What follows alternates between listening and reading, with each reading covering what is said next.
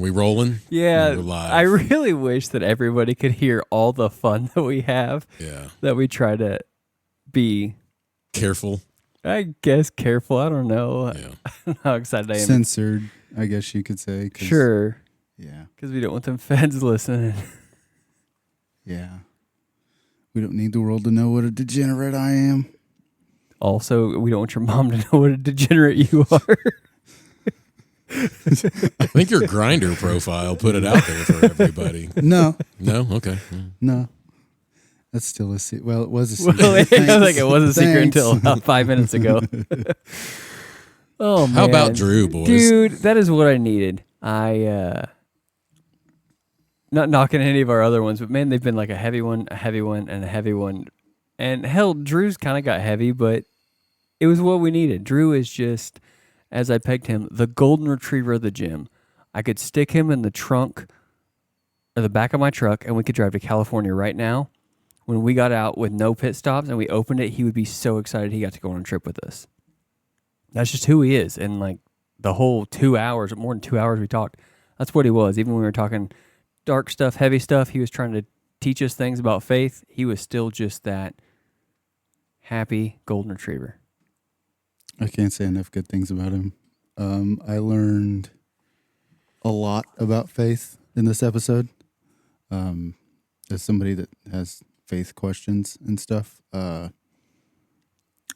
his unshakable faith is super inspiring, and I think it's going to inspire a lot of people, and we're all better for knowing him. 100%. So, faith. There's a lot of fake faith out there.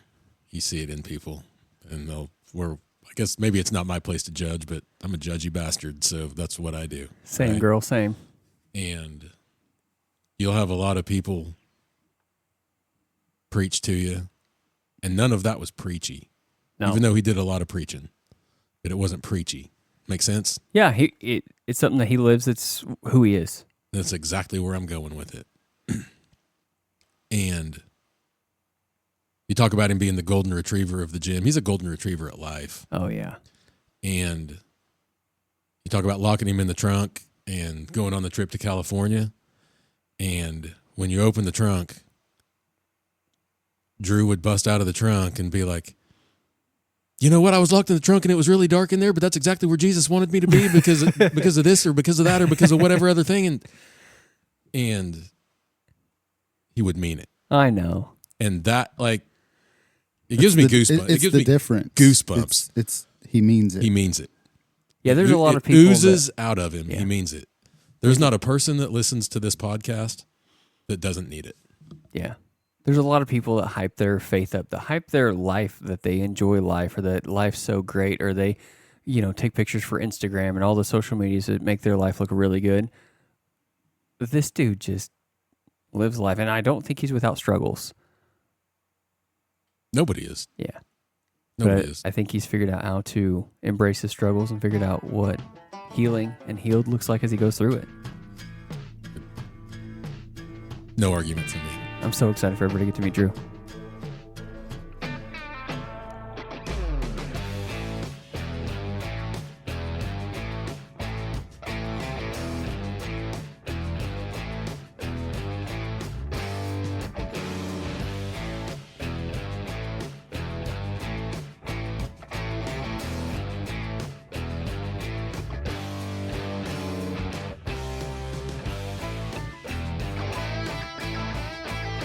You're not one of those people who can only drink cold water, are you?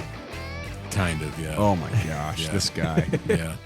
Man. I like all of my drinks cold. I bet your mom wrote really nice notes to you before you went to school. No. No.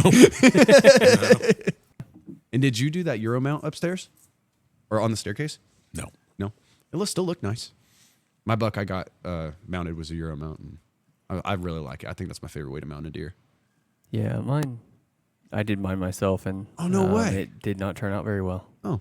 Matt critiqued it. That's why it's got cleaned up, and I think I just spray painted it white, so it looks better. Is that not the one is that the same one? Yeah, it's the one that was sitting here. Oh, really? Yeah. Well, I think that's a cool display for it. I like it as a display, but if you get up close to it, you see the imperfections in it. Oh, there you go. Keep it far away and you can't see it.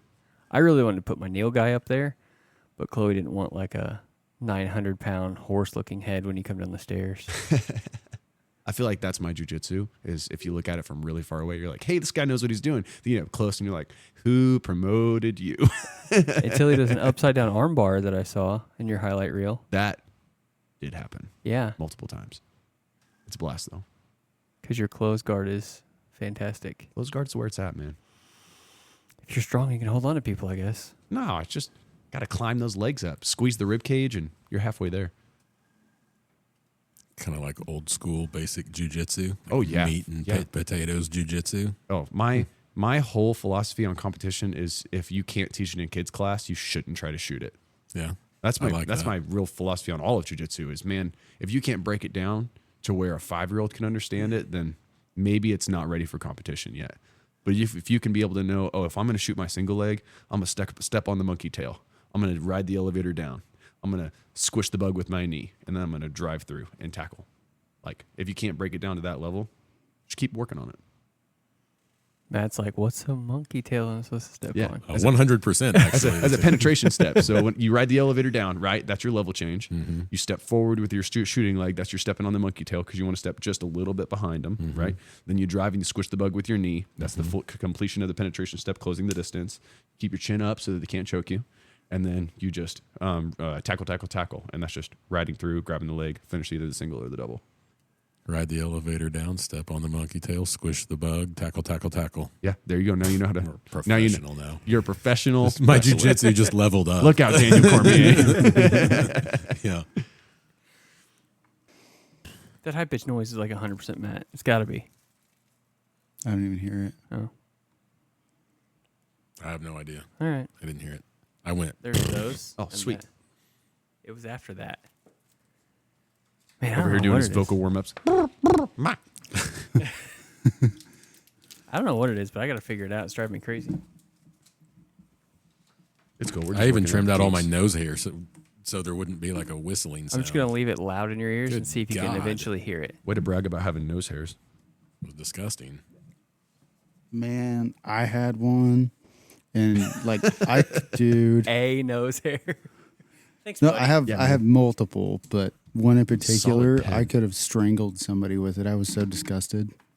I was like, I'm not old enough for this. Guys, that'd be the first time that Colton strangled somebody. And he's done jiu-jitsu for almost a year. Yeah. Over You're a not year. wrong. You're not wrong. I get strangled.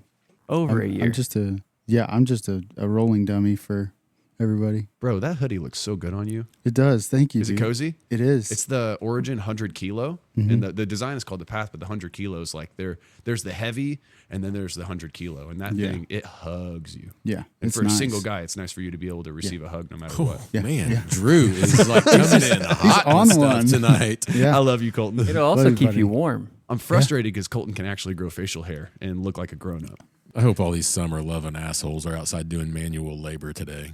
Dude, I had to mow my yard before I came here, and I hated every single second Oh, of I'm it. so tired. Horrible. I'm sick of it already. Yeah, Yeah. it pisses me off when people are like, "I love the summer." I'm like, "It 100 degrees with Yeah. humidity today."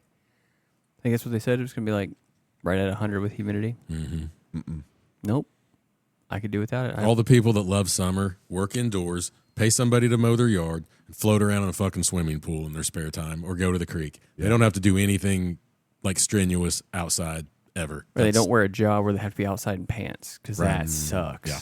I always feel so bad whenever I see a cop on the side of the road and they're giving someone a ticket in the blazing heat. I'm like, man, your day is already rough and you're having to Yeah. stand out here. Like the person getting pulled over thinks they're having a bad day, but this has been that cop's full day. That's rough. Or man. the pissing rain. oh yeah, I don't like to get wet unless I'm in the shower or the pool. Mm-hmm. So I get frustrated when I get wet. yeah. Like get rained on. The cops should just be smart enough to not be stopping cars when it's 100 degrees outside. You get a free pass, the Doug Hetty special. Ridiculous. Yeah. Oh man, we helped search a car last week. It was hot last week or the week before.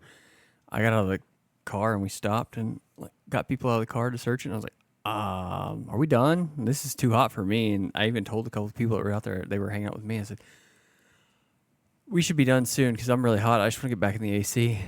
Yeah. Yeah, I'm over it, man. Yeah. Cop out stopping cars when it's 100 degrees outside. One of two things, guaranteed. Rookie or an asshole. Or a really, really, really good stop. Fair. Yeah. So it's gonna be one of the Like three. really good Yeah. stuff. Like you pull them over and they look just like Colton. You're like, all Yeah. right, well Yeah. we got some work Yep. to do today, boys. Not like That's a right. fresh load Definitely coming. fentanyl Yeah. in that car. Oh my for gosh. sure. Oh yeah, a whole roll of it. A roll of that. Thank God we now know that Colton has never seen fentanyl before. But like a good load on the highway where you're like, I'm do going to that. stop this car. I know that it's 100 and I'm going to break it down. I'm going to search it and find what's in it. That's a rough day Yeah, that's a tough day. to know you're climbing in a car, climbing under a car when it's 90 or 100. Yeah, that asphalt's hot. Yeah. I think we're teaching smugglers right now. OHP stopped one the other day, pulled 19 kilos of fentanyl out of it. Whoa. And, there was 25 total kilos, but there was 19 of fentanyl. It was in a badass trap. Look at us. We're doing a podcast. Yeah. So we're going to be thoroughly disappointed with, that's literally the first thing you said is we're going to be thoroughly disappointed whenever I put the tissues up. Man, like after the episode you did with Casey, everyone's going to be disappointed. Like, I think if anyone's going to skip an episode of the podcast, this is the one to skip. Like, jump to someone more interesting because, my goodness, the journey that Casey went on, the Dude. perseverance, the comeback. hardship, the comeback. It's nothing short of a miracle. Yeah. It's so good. I should have probably texted her today. We should all probably text her today before we leave. Yeah. She's Oh, been yeah. pumping the shit out of it out there. Like she's been sharing it, and I mean she's got it out there. Yeah. Well, there's another level to whenever you experience hardship. You can go through it. You can come out the other side. You can learn your lesson from it. But being able to have the boldness to share it, and not just share it amongst friends, but to put it out there for other people to hear, to receive, for it to influence their walk and their journey, whether they're experiencing a similar hardship or if their struggle is a lot more unique. Just knowing that someone else overcame something hard is such a blessing. But that blessing can only come from someone being willing to share it, and that takes courage. And man, that girl's got courage. I'm so proud to get to be a part of her life in just a small way. 100%. It shook me when, not her story so much. Of course, that like if you have a heart, like it shakes you. But I don't remember exactly how she worded it. But I asked her, like, what's the version of Casey, now, compared to pre-cancer, pre-call, and all of that, after having gone through cancer and her boyfriend being murdered. And she was like, I'm better, stronger, like she's a better version. She was talking about getting back in the dating pool and, trying to, build a life someday. And to go through what she went through and then think that she will be better for somebody down the road because of what she went through. Mm-hmm. Gosh dang, the strength. Like, most people would curl up in a corner and, Yeah. and she's recovered. Not fully. I don't know. Do you ever really fully recover from that? I don't know. I mean, it changes you. I guess like the full recovery is just you're different. Mm-hmm. But to be able to acknowledge, like, I'm going to come out of it a better version of myself going forward. Like, that's just, I don't know, it's badass. And then like Eric, wait till you hear Eric's story. Yeah.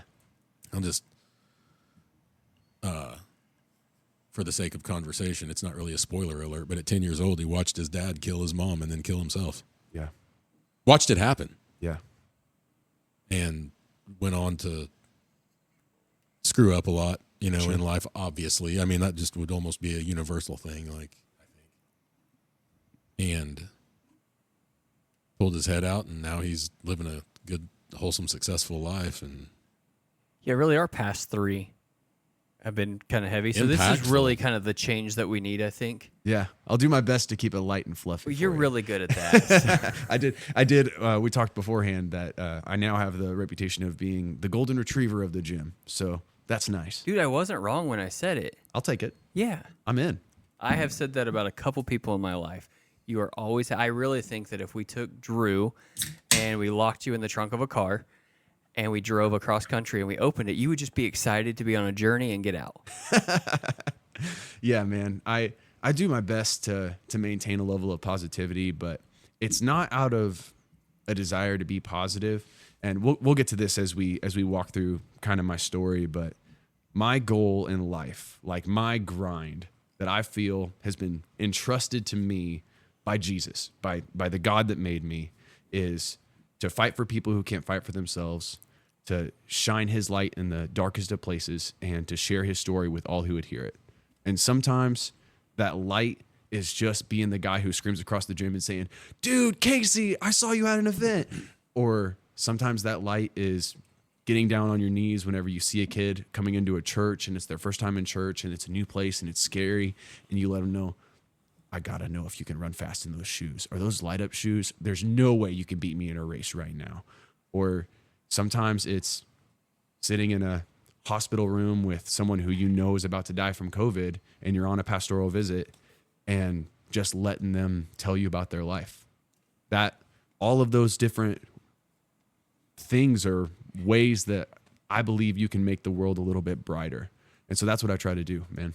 It's not from a place of wanting to be the center of attention, even though I know it can come off that way. And I know some people are like, oh, that droosh bag over there. But I've definitely never heard anybody call you that. oh, well, you've not talked to Mike enough. Nope. I've not heard the term. I've heard him say that a handful of times. Yeah, there you go. Never heard it. But yeah, man, it's not meant to be fake in any way. It's just meant to make the world a little brighter. 100%. And you live it. You can tell the people who want to be excited for excited's sake or be the center of attention, you just live it, dude. Just like my dogs, like I walk into a room and they are excited. I walk into a room, my boy's excited. It's just genuine emotion. You can't fake it. So, Yeah, man. all right. Well, introduce yourself. Reminds me a lot of me. Yeah. Yeah. Yeah. If you look up chipper in the dictionary, there's Not a wood picture chipper, of Walker. and then Yeah. there's a picture of Matt Walker. Yeah, 100%. And there's a subnote that says "See Jiu-Jitsu stripes," and then it'll get to the stripes on the There belt, we and that's where we get to go. see Matt being so chipper. Here we go. Really also see Eeyore. Oh, where's your tail? Somebody stepped on it in wrestling practice. Step on the donkey tail.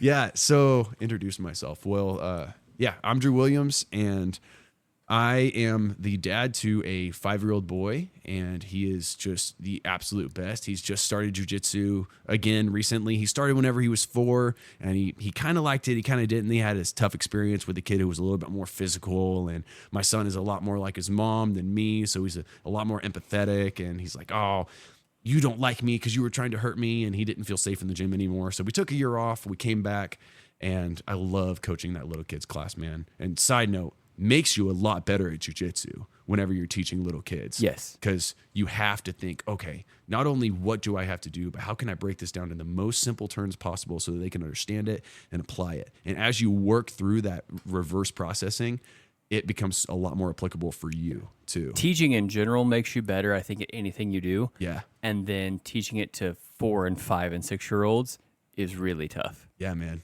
Yeah. Like we tried to do the waiter sweep from close guard the other day, and Mike warned me beforehand. He said, this is kind of an advanced move for a little kid. I'm like, I think we can do it. I think if we can break this down to the most cartoonish level possible and put it in language that they can understand, which is what storytelling is all about, which is pretty much what my life is with my job and my story itself.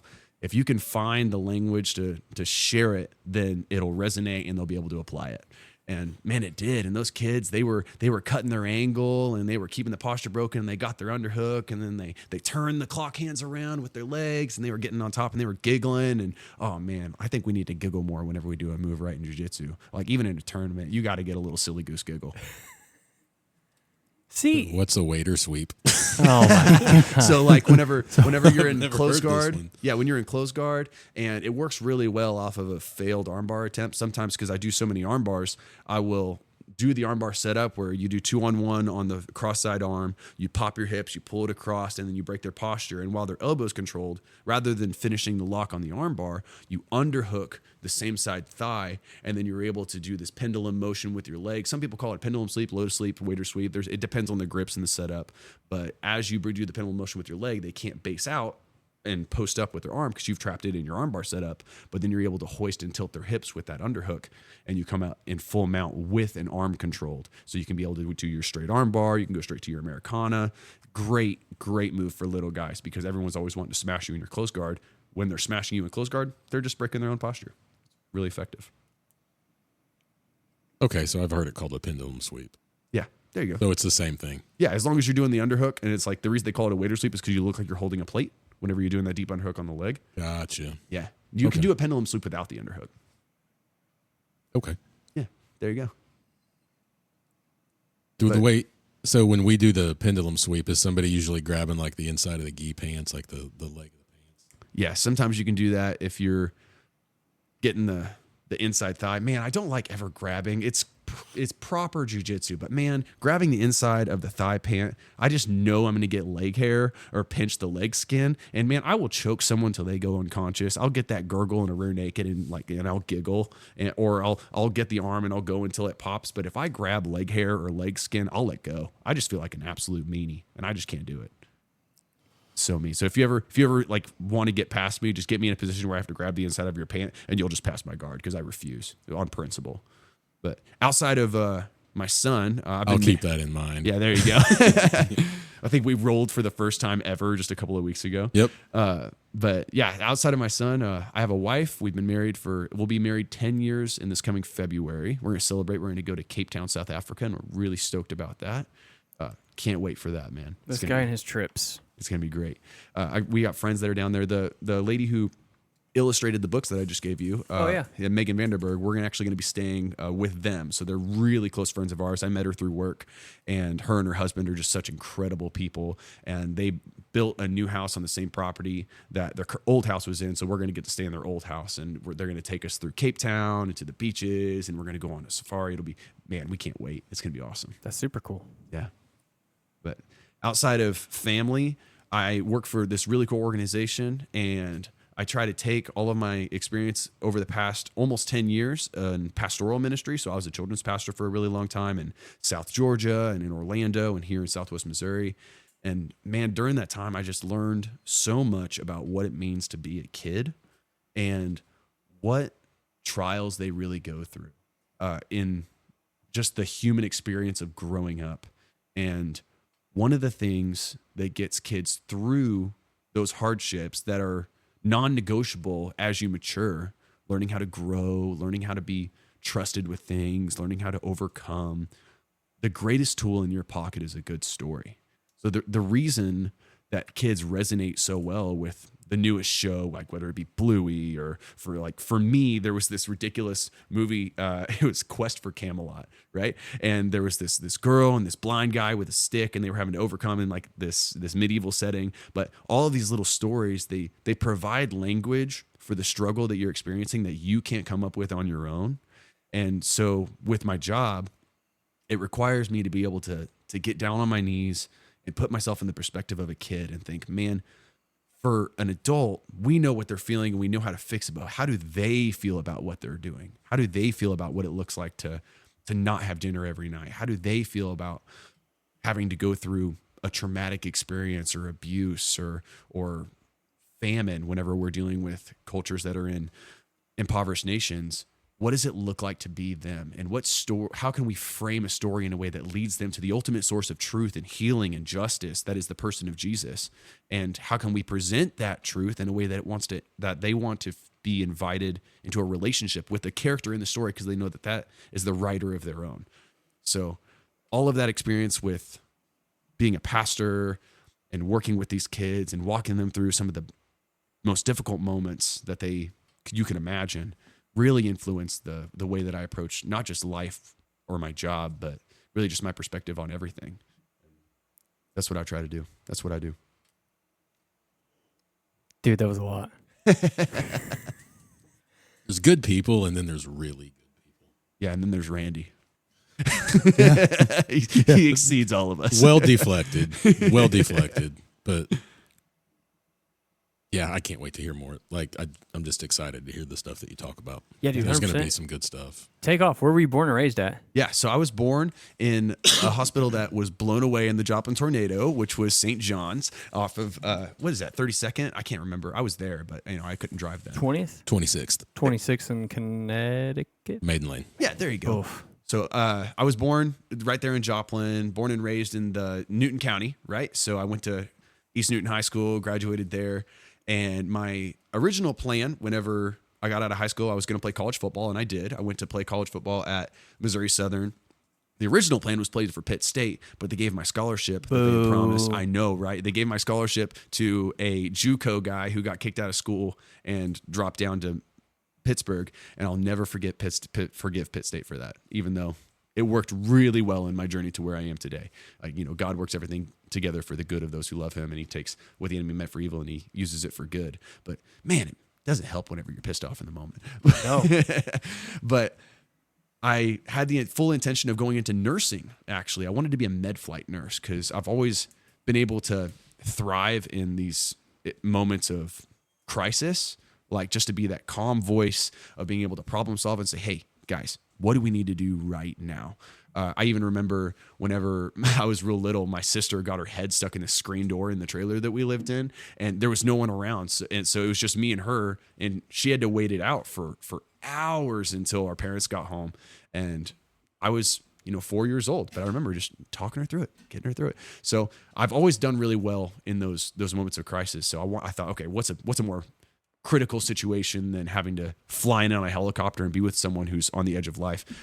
So spent the first year of college, did really well, started getting into special teams. I was very undersized for being an outside linebacker, especially in D2, but I was having a blast. And then one day at practice, I was playing defensive end on scout team, and they needed someone who was really fast because we were going against who we were about to play. It might have been Central Missouri State or someone, but they had this really good defensive end who was really fast. And I wasn't very big, but I could get across the line really quick. And the offensive tackle was getting really irritated because I was beating him off the line every time and getting to the quarterback, because that's what I was asked to do as the practice team. You're supposed to play the role of whoever you're going to play. And this guy got so angry, and he said, Drew, I'm going to need you to take a break this round. I'm like, hey, I'm trying to earn a scholarship. I'm trying to show this coach that I can play. He said, it's your funeral. And that was the last play of football that I ever played, because the next snap I go to get off the line, and Jarrell Jackson was his name, 6'8", 330 pounds. And he gets me by my shoulder pads, and he lifts me up to where I could see over the fence that there's the track, and then there's the fence behind the track. I could see over the track where he lifted me up so high. And then as I came down, pre-jiu-jitsu, I didn't know how to break fall. So I tried to brace myself with a straight arm, and my arm broke from the wrist all the way down to the elbow, split lengthwise. Oh. And it was gnarly, and it was just this like radiating pain, but it stayed connected right there at the knob on both ends. So what we did was, it was the same year that Missouri Southern started or built the new Freeman Center right there in the end zone. Mm-hmm. It was gorgeous. We got to break it in. I broke in the weight room with Alan Barber. I don't know if you've heard of Alan Barber. Really, really cool experience. But they had this way of shrink wrapping your arm in this polycoat of like this plastic. And so it'd be a perfectly form-fit splint. And then you would use these Velcro straps, and it would hold everything together. And it was black polymer, and I looked like Batman, and it was awesome. And the coach said, hey, because the ends are fine, if you wear this splint, you can play. And so I'm debating on like, do I keep playing? Do I risk further injury? And I'm only on scout team, and then I was playing on special teams a little bit. But I went to this revival service with my friends at College Heights, and I'll never forget the night because it was a blood moon, and this would have been in 2015. And so there's this really big blood moon, and we're at this revival service, and I just felt in that moment, God was like, hey, do I have your attention yet? Because I'm wrestling with like, I thought this is my purpose since I was third grade. I wanted to play college football, and I wanted to go on, and I wanted to be the best. I wanted to prove that the little guy can do hard things too. And like, I was angry at God, and I was angry at me for allowing myself to be in this position. Like, what are you going to do next? And then just again, God's like, hey, are you listening? Is this what it took to get your attention? Are you ready? And it was in that moment that I knew that nursing was my way of living out the calling that had been placed on my life, not God's way. It was my interpretation of what I was designed for. And so stepping back, I started looking at my life and at the opportunities. And at my local church, our children's minister was retiring, and I'd been volunteering for a long time. I was leading the services at the time as a volunteer. I'd been leading those services as a volunteer for about a year, and that was what was breathing life into me. That's where I felt like I was actually making a difference. And so I had to learn how to make a resume because I'd never made a resume before. I'd worked construction with my dad because my dad was a steel worker for a long time, first generation Christian. And I had mowed yards and I'd work at a pet store and a couple other things, but I didn't have a true resume. So I had to make up a resume. And man, it was as fluffed up as a resume could be. I think that might have been the start of my writing career, was trying to sell myself to this church. Like, hey, you can trust me with your As children. like a sophomore in college. Yeah. Yeah. With no experience whatsoever. Like the only way they knew me was because I was in there with the kids every week. But the pastor took a chance on me. It was a church down in Neosho. And from there on, God just is taking me on this incredible journey across the country, across the world. And I'm just thrilled and blessed to be a part of it. That's cool, man. Yeah. So did you were done with football your Yeah. sophomore year at Southern, 2016. So I transferred my major from nursing to communications because I thought, okay, well, I still have my scholarship. I was part of the honors program, so that's what was actually paying for my school. My grades allowed me to be stupid and play football. But I stayed in for a year and tried to do ministry while doing school. But I realized that even if you're being paid part-time, pastoral ministry is a full-time job. So I just dove in and I asked my pastor, like, hey, it's been 3 months. What do you think? Like, is this something that the church would be willing to commit to? And they made a vote and they brought me in full time. And I dropped out of school. And I am just now, over 10 years or almost 10 years later, somewhere around there, I'm just now have restarted my master's program through my current job. And I'm re-entering school and going to finish in, I have no idea how long, but yeah, it was a complete 180 from what I expected. Most people, when they leave sports, I actually had a conversation with a friend about this the other night. They'll be the 30-something or the 40-something that still wears their letter jacket to the high school football games. And I feel like that part of that life is just behind you. Oh, yeah. The afterthought. Oh, no regrets. Don't miss it. It was a fun time, but it is what it is. You've moved on to bigger, better things. And I have a difficult time watching NFL football because I'm like, it's not me anymore. Like, right. Don't get it twisted. I could watch Patty Mahomes play backyard, shenanigans for until Jesus returns. But it's just not something that really makes me excited to be a part of it because I don't feel like I'm a part of it anymore. It's not my game, and that's something that I really kind of battled throughout pastoral ministry, is finding that competitive outlet. And like, man, where you take all this energy? Like I was pursuing this goal and I was pretty darn good at it. And then I got into, let's see, what came first? I did kickboxing for a little while and enjoyed it. But Is this after? Yeah, after football. After football. So there's this Taekwondo gym in Neosho.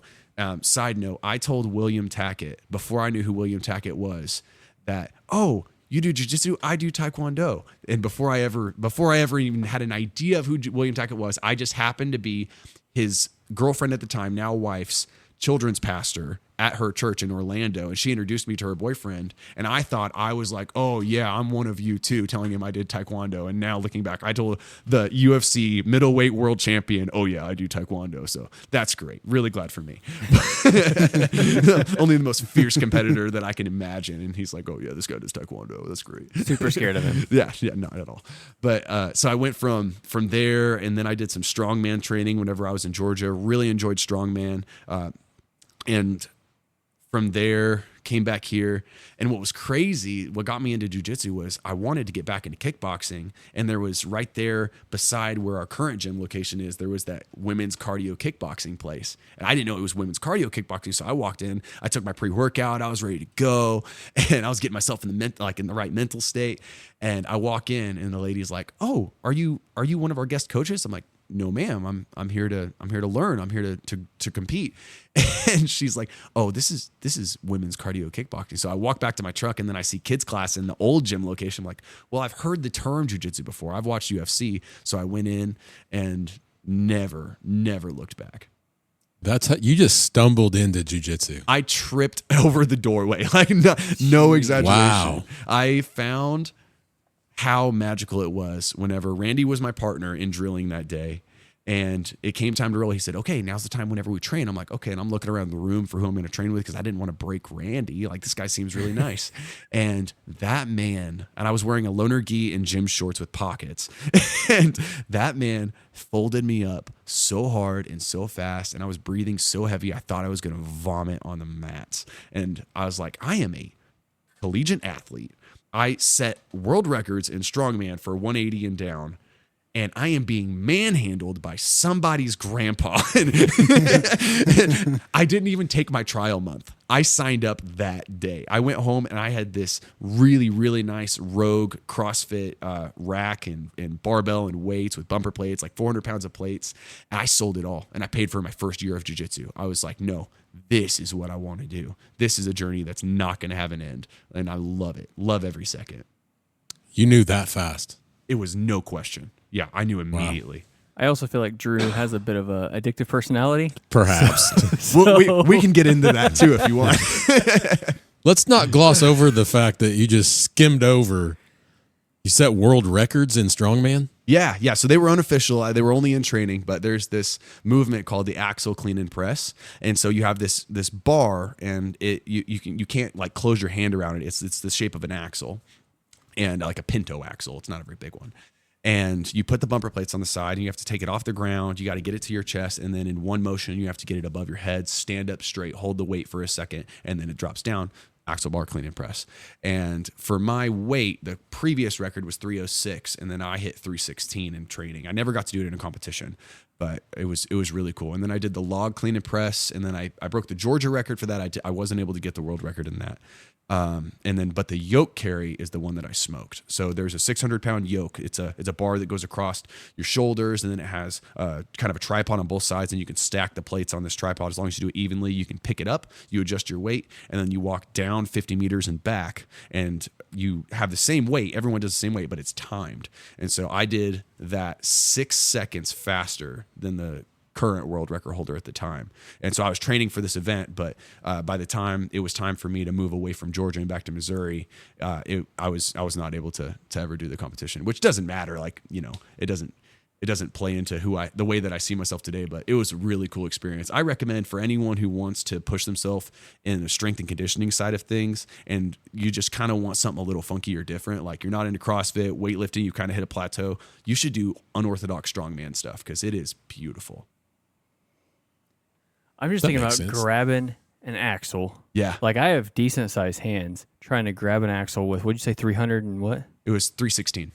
With 316 pounds and just get it off the ground. Couldn't move it. Yeah. Like, I have the video of me doing No, it in I training. 100% believe that you did it. I'm just saying, like, just the sheer grip strength to get it is something more and above just the sheer strength to pick it up. Well, what's cool is strongman translates into jiu-jitsu in a lot of ways, but it's an over-under C grip. So just the way that you do like Mike calls it your monkey grip. Yeah. Whenever you monkey grip onto a wrist or an ankle, whenever you're working from bottom open guard, it's the same grip. You just do an over-under, so that it compensates on both sides, and then you can hoist it. But the cool thing about strongman is you get to utilize your belt.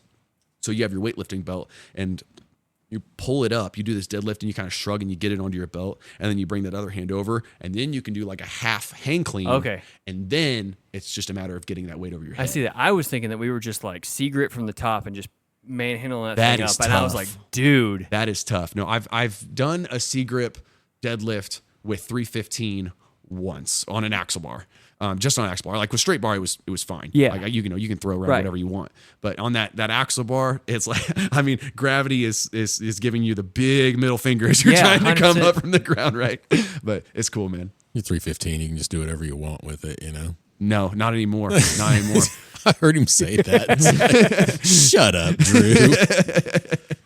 Good grief. So what year did you start AForce? All right. So it was 3.5 years ago. So that year, I think that puts us at 22. I think it was November of 2022 whenever I started. And I got really into it. I had my first competition 3 months after I started, and I lost my first competition round in 47 seconds to a rear naked choke. I shot the world's worst single on this guy, and I thought I had done something, and I picked him up and I threw him on the ground, and I'm like holding onto his leg, and I'm trying to put the shoulder pressure in, and the whole time he just climbs whoop right around my back, sets both of his hooks in, and he chokes me out while I have my eyes locked on my wife watching me holding the recording phone. And she's like, I sat through 3 other people's rounds just to watch you get choked. But she's so supportive. She's an angel sent from heaven. But yeah, so I lost that round. And that same guy, that same day, about 2 hours later, we went against each other in the gi, and I'm like, no, that's not going to happen again.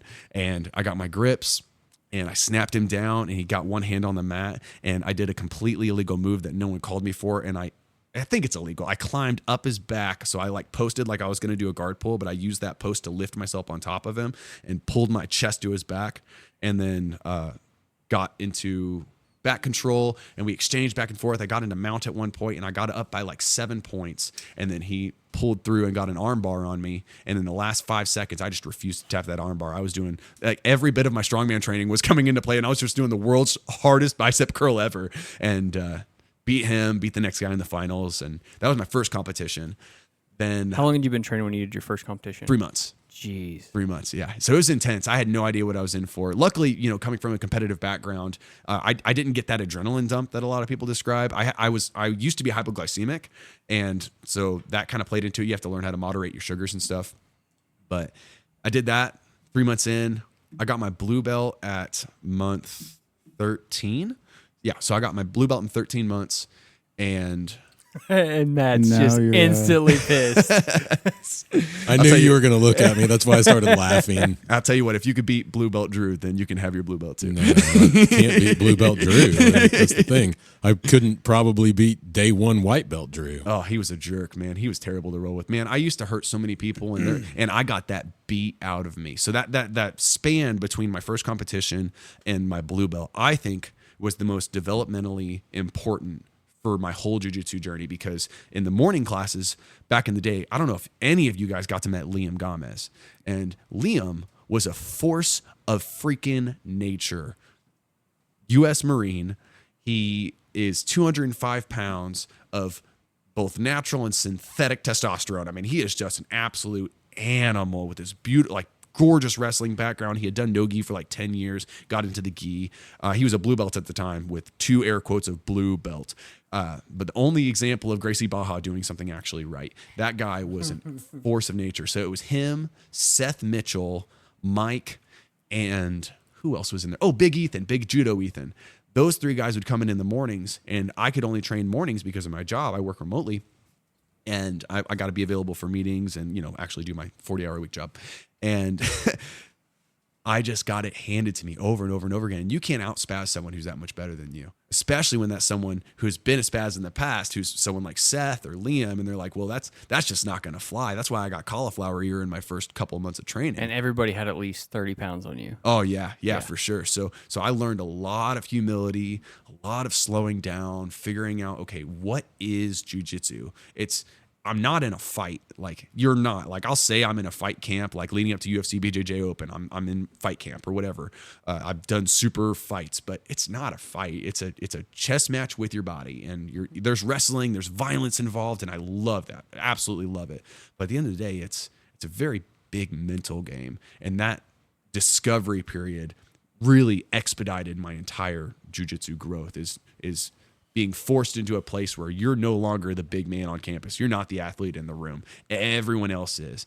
And when I figured out how to do that, when I got to like breathing during a round and being okay with tapping and being okay with being in crappy positions, I started every single round underneath someone's side control or underneath someone's mount, and then worked my way up from there and tried to figure out, what does it mean to re-guard? And that's why I feel like my guard is fairly effective, is because I had this whole state of, well, if I can get out of Liam's side control and get to close guard, or if I can get out of Seth's mount and get to half guard, then I'm doing pretty all right. Oh, yeah. Yeah. Agreed. What am I going to say? Yeah. So I highly recommend. People say, I think John Danaher talks about, you should train 80% of the time with people you're better than, and 20% of the time with people who are better than you so that you can grow and gain confidence. I don't disagree. Who am I to disagree with John Danaher? But what I would say is that's true when you're live rolling, but whenever you're creating spaces where you're rolling, but you're not trying to kill each other. It's not Pohada. It's just, we're going to flow. We're going to learn to flow. We're just going to do some exchanges. Like Muay Thai does this really well, where whenever they're doing sparring, if they go Jiu-Jitsu rounds over and over again, everyone will have CTE. It's not an option. So what they're able to do is they just take turns throwing out these combos, and you go, I go, you go, I go. When you can learn to roll like that in jiu-jitsu with people who are much better than you, you get to see how everything plays out. Not just feel it, but see it and understand it. And you'll be very surprised with how quickly you grow. Wouldn't be a bad thing to try to figure out how to, like, I mean, just when we flow roll on Wednesdays, flow roll, like it's a weird feeling, like not being probably technical enough to stay busy in a flow roll other than going through the same couple of, techniques over and over and over. Yeah. But the thing about flow rolling and not rolling full speed and not trying to win in a round, that's the big deal, is not trying to win whenever you're training, is you allow yourself to get into positions that you're not comfortable in so you can explore new places that you've never experienced. I think that my closed guard and my open guard were my scariest places to go early on. I wanted to be on top. I wanted to play hard and heavy mount and side control because that's what Seth and Liam and Ethan were doing to me. Little beknownst to me, it was because they wanted to slow me down and allow me to learn. But because just the way that everything shaped out, I kept finding myself in these positions. I'm like, wait, there's a lot of openings here. And whenever you're willing to try something, oh man, they got my arm line tap. Okay, let's restart. Or okay, like I was able to turn his hips, but I wasn't able to get control of his shoulders. But if I had this crossbody grip, maybe I can try it now. So I try it again, and I put myself in these funky spots. And man, it requires so much release of ego. But the less ego you have, the better that you'll be long term. You'll be really, really good at one thing if you have that ego. Like if you're the world's best footlocker and you're just footlocking, that's great and that's awesome. But your other skills aren't going to stay here. They're going to go downhill. So you have to continue to readdress those weaknesses. Everything's a diminishing skill. Yeah. Right. Yeah, man. That makes sense. But after, let's see. So that's up to blue belt. So blue belt, I was very active Just competitor. your quick year into blue belt. Yeah, there you go. So after I got my blue belt, I dove right into competition. I had my first super fight about a month into blue belt. I had signed up for it when I was still a white belt. I wanted to go again. I had already done a blue belt tournament as a white belt because I just wanted. That's just me. Like, Did you win? Yeah. I didn't win the whole thing. I won my first round, and then I lost to a guy who was 220 pounds, and I weighed in that day with my backpack on at about 185. But that's my fun spot, man. I don't want to be going against another 185er. I don't want to go against another blue belt whenever I'm a blue belt, because what do you get to say whenever you're done? Like, okay, cool, I beat someone who's the same skill level as me. I want to continue pushing the pace and trying more and more and more, because if I lose, who cares? He's better than me. But if I win, I get to look back and say, man, if I can get through that, then what's next? Like it's a continual progression. If I'm constantly going against someone who's my skill level, which I should probably start doing more often, and I feel like I'm starting to now. I'm starting to slow down a bit.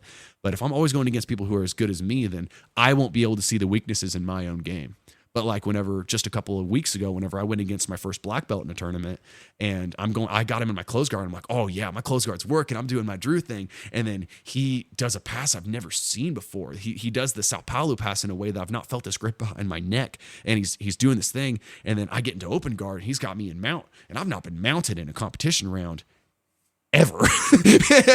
and man, he got me in a head and arm, and this guy's 230, and he's a black belt, and I held on, and the round lasted like 6.5 minutes, and I finally tapped.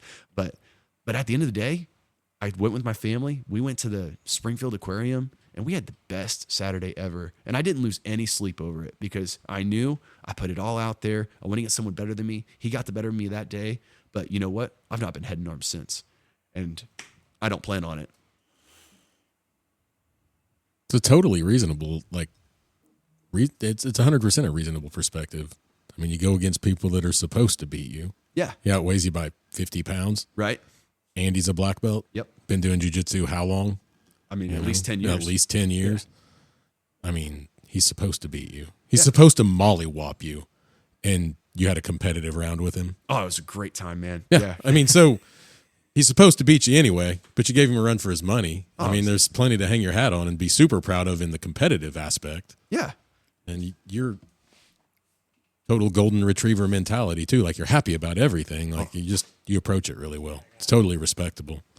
Because I 100% would be like, fuck no. I don't want any part of that motherfucker. Dude, you know my favorite part of it though? So I normally don't bring my family to competitions because like I got to get in that competitive state. Like, I'm learning that I need to not make friends whenever I roll because my natural instinct is like, I'm going to boop snoots first and talk smack third and have fun in the middle. Like, that's my whole philosophy whenever I'm rolling, usually when I'm training. And that works to my detriment when I go against someone who's actually good. But my favorite part was the day after, because my son was there and he watched me tap and I got off the mats, and my first thing I did was I went over to him and he's like, Daddy, I'm so sorry you lost. And he's almost crying. And I'm like, buddy, it's okay. Look at me. Like, my arms work, my legs work. I'm okay. I had fun. I have a new friend. His name's Henry. He's scary, but it was awesome. And then the next day we get home and I bought Luke a bike. And we're going on a family bike ride because older couple in our church was very kind and they couldn't ride their bikes anymore. They gave them to me and Jada. We're like, well, if we're going to have bikes, Luke needs to have a bike. So we got him a bike. And we're riding down the road and he falls off his bike and he gets back up and he's like, yeah, Daddy, you remember whenever you got choked, but you got back up? And this isn't trying to paint myself into a positive light, but it's to show that when you allow other people to see you compromise like a win for growth, who cares about me? Who cares about my win-loss ratio? Who cares, man? It's all about being the light that makes the world a little bit darker. It's all about fighting for people who can't fight for yourselves. Like, that's why every time whenever I win Murder Thursday, all those funds go straight to Tap Cancer Out. Like, it's never about me. It's always about just trying to give people a little bit of hope. And in the hope that they find and that I hope that they find in the way that I talk and the way that I act, the way that I roll, I want them to be able to see that hope comes from somewhere. It's not from me. There's a life in me that's given to me by the God who made me and the God who's continually saving me every day. That's what I hope. And that's what I was lucky enough for Luke to get to see that day. So I've been around you because you started whenever I was in one of my long breaks. I've been around you for right at almost 2 years now. And this is one of my favorite things. Like, whenever we decided to do this, one of the favorite things is that we get to even like meet new friends, that we get to take people that we know and just hear about it. Because, dude, we can slap and bump and sit on the mats and hang out, but I never get to see this side. I've literally just seen the golden retriever side. I've never really kind of peeled back the layers of the onion and got to see why you are what you are and how you are, if that makes sense. Why are you the way that you are? Yeah. No, this is really cool. Yeah. Yeah. I honestly don't know what to say about it. Like, you covered it. I avoid you guys at the gym. Not because you're not personable, because I don't have anything to offer.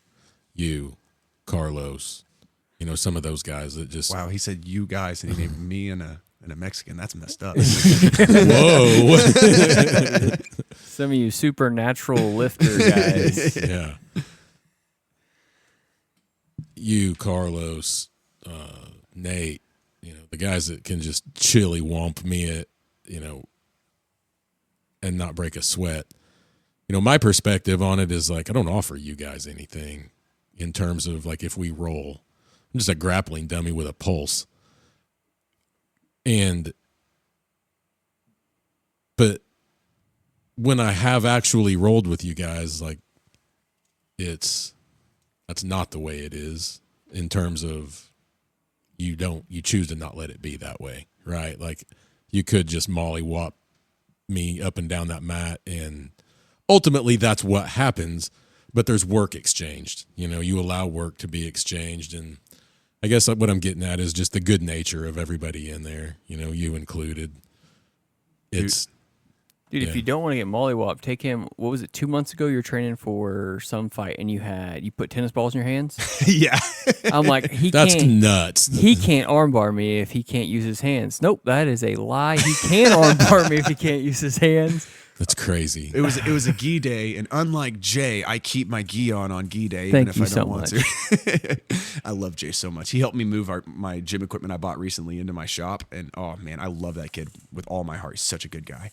But yeah, so I was prepping for, what would that have been? It might have been my match with Mason, the second one, or some no-gi event, because somehow I always find myself in no-gi stuff. But to make sure everyone else could have their grips, I held on to these tennis balls. And yeah, like Trent said, he's like, hey, don't let go of that ball. And Mike's like, yeah, if you let go of that ball, it's 25 push-ups. And I had to roll with the tennis balls in my hands and just figure out, okay, if it's not this grip, then what's it there? Like, you learn overhooks and underhooks whenever you don't have grips. And that's one thing that I love about going from no gi to gi, is as soon as you're in the gi, you're like, oh, I got a collar, I'm going to grab it. You still got an arm. You still got an overhook or an underhook. You just got extra grips to be able to confirm that overhook, underhook. You can slide it across the back.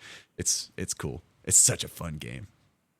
I don't think I'm there yet to be practicing with tennis balls in my hands. So this is going back a little bit, were you really smart in school? Yeah, I was pretty academically inclined. I started, it was really cool. So I got scholarshiped in because my family, my dad is the hardest worker of all time. My mom worked really hard too. And I got scholarshiped into Ozark Christian Academy there in Neosho. It was a holiness school, but they promised, as your preschooler, if you go through our preschool program, that they will be able to memorize a chapter of the Bible before they get into kindergarten. And that was just such a massive blessing. I think about how I was able to get collegiate academic scholarships, how I'm able to maintain conversations with these theologians whenever I'm at work who have doctorate after master's after doctorate. And I attribute a lot of that to the blessing that we received in getting scholarshiped into Ozark Christian Academy, because they gave me this kind of catapulted the way that I learned to learn. And yeah, I did really well in school. I wasn't valedictorian, and at East Newton, it's like, oh man, did you really do good in school? You were valedictorian. But I was like, I was like number 7 or something like that, and then did well at the honors program at Missouri Southern. So I've always had a knack for learning. But I knew that you said that you were playing football at Southern because of your grade, so I figured you were decently smart. Yeah. I feel like, and we talked about this with Ian, I think, the smart nerd kids pick up jiu-jitsu a lot better than sometimes just the wrestling hillbilly kids. Sure. Not as fast as girls, though. Man, girls learn quick. Those girls are scary in our kids' class. But just like hearing you talk about like how you teach kids, how you learn, how underhook, overhook, like how you kind of put your series together, it just made me click. Be like, I wonder if he's kind of quick at learning. And that's kind of what helped accelerate you as well. I mean, so you're athletic. You're for sure only natural lifting and stuff. Right. Yeah. Yeah. And For sure. yeah. You guys. And then you're smart. Like you're strong, you're athletic, you're smart, you're handsome. These are all the things that make you good at jiu-jitsu. Being handsome is very subjective, considering my unexistent hairline. There's a reason I wear my ball cut backwards a lot. It's just to help trick my wife into continuing to love me. That's fair. No, I'm always curious at people's different learning styles, because when you are teaching a class, you have to teach to the person who can do it, the person who wants to feel it, the person who wants to see it, the person who like can just hear it once and pick it up. So yeah. And what's really cool is that translates outside of jiu-jitsu. So one of the things that we do at work is we don't just write stories. Like the books I gave you, that's not exactly what we do. The Backyard Benny, the book that I wrote, is a side project, and I'm really passionate about it. I really love it. But what we do is one of our kind of flagship products is a book, and it's 60% scripture, either paraphrased or direct scripture. And you give that to the kid, and it's created, contextualized, and designed in a way that's made for them according to the culture they grow up in, the needs that they feel in their day-to-day life. We coordinate with regional teams who are seeing these kids struggle every day. They know the life of this kid because they were one of those kids at one point. So we build out this student book, but alongside that is a leader guide. And whenever you're creating a leader guide, just like you said, whenever you're trying to figure out how to teach the masses, you have to understand how the individual thinks. You don't reach the masses by reaching for the masses. You reach the masses by reaching for one individual at a time. And whenever I'm writing, which is not my primary role anymore in my job, but whenever I'm writing or whenever I'm helping others write or I'm advocating within a product, then I'm always thinking, okay, this is great. This is a great lesson for a Drew, but this might not be a great lesson for a Colton. We might need to have an activity in here that can add some variety and flavor. Crayons. Yeah, absolutely. Crayons. All your favorite flavors. Yes. But it is really cool to get to think about adults are just grown-up kids. They really are. And there's things that we outgrow, there's things we mature through, but there's still these deeper needs that all of us have whenever we're trying to grow and learn. Those needs don't disappear. They just get translated into different languages as you become an adult. Like, what are some of those? Yeah. So a lot of people are mobile learners, right? Those are your people that they can't wait for the 3, 2, 1 clap because they got to drill it to know it. All right. But then you have a pranker who can sit and watch a John Danaher video 10 times. 10 times. Like a freaking communist. Right. Measuring things in meters. Who is this guy? But he can learn just by observing. He's an auditory learner or a visual learner. Then you have people who are really, really gifted and cool, and they can contribute so much to society, and they learn in like a more of a reflective way, a meaningful and empathetic way. Like, how does this make me feel, and how can I make this translate into the way that other people feel? And for us in my work, that is different ways of framing who the person of Jesus is. For someone who's wanting to be an achiever, they need to know that there's no level that you can reach for that can give you what you actually need.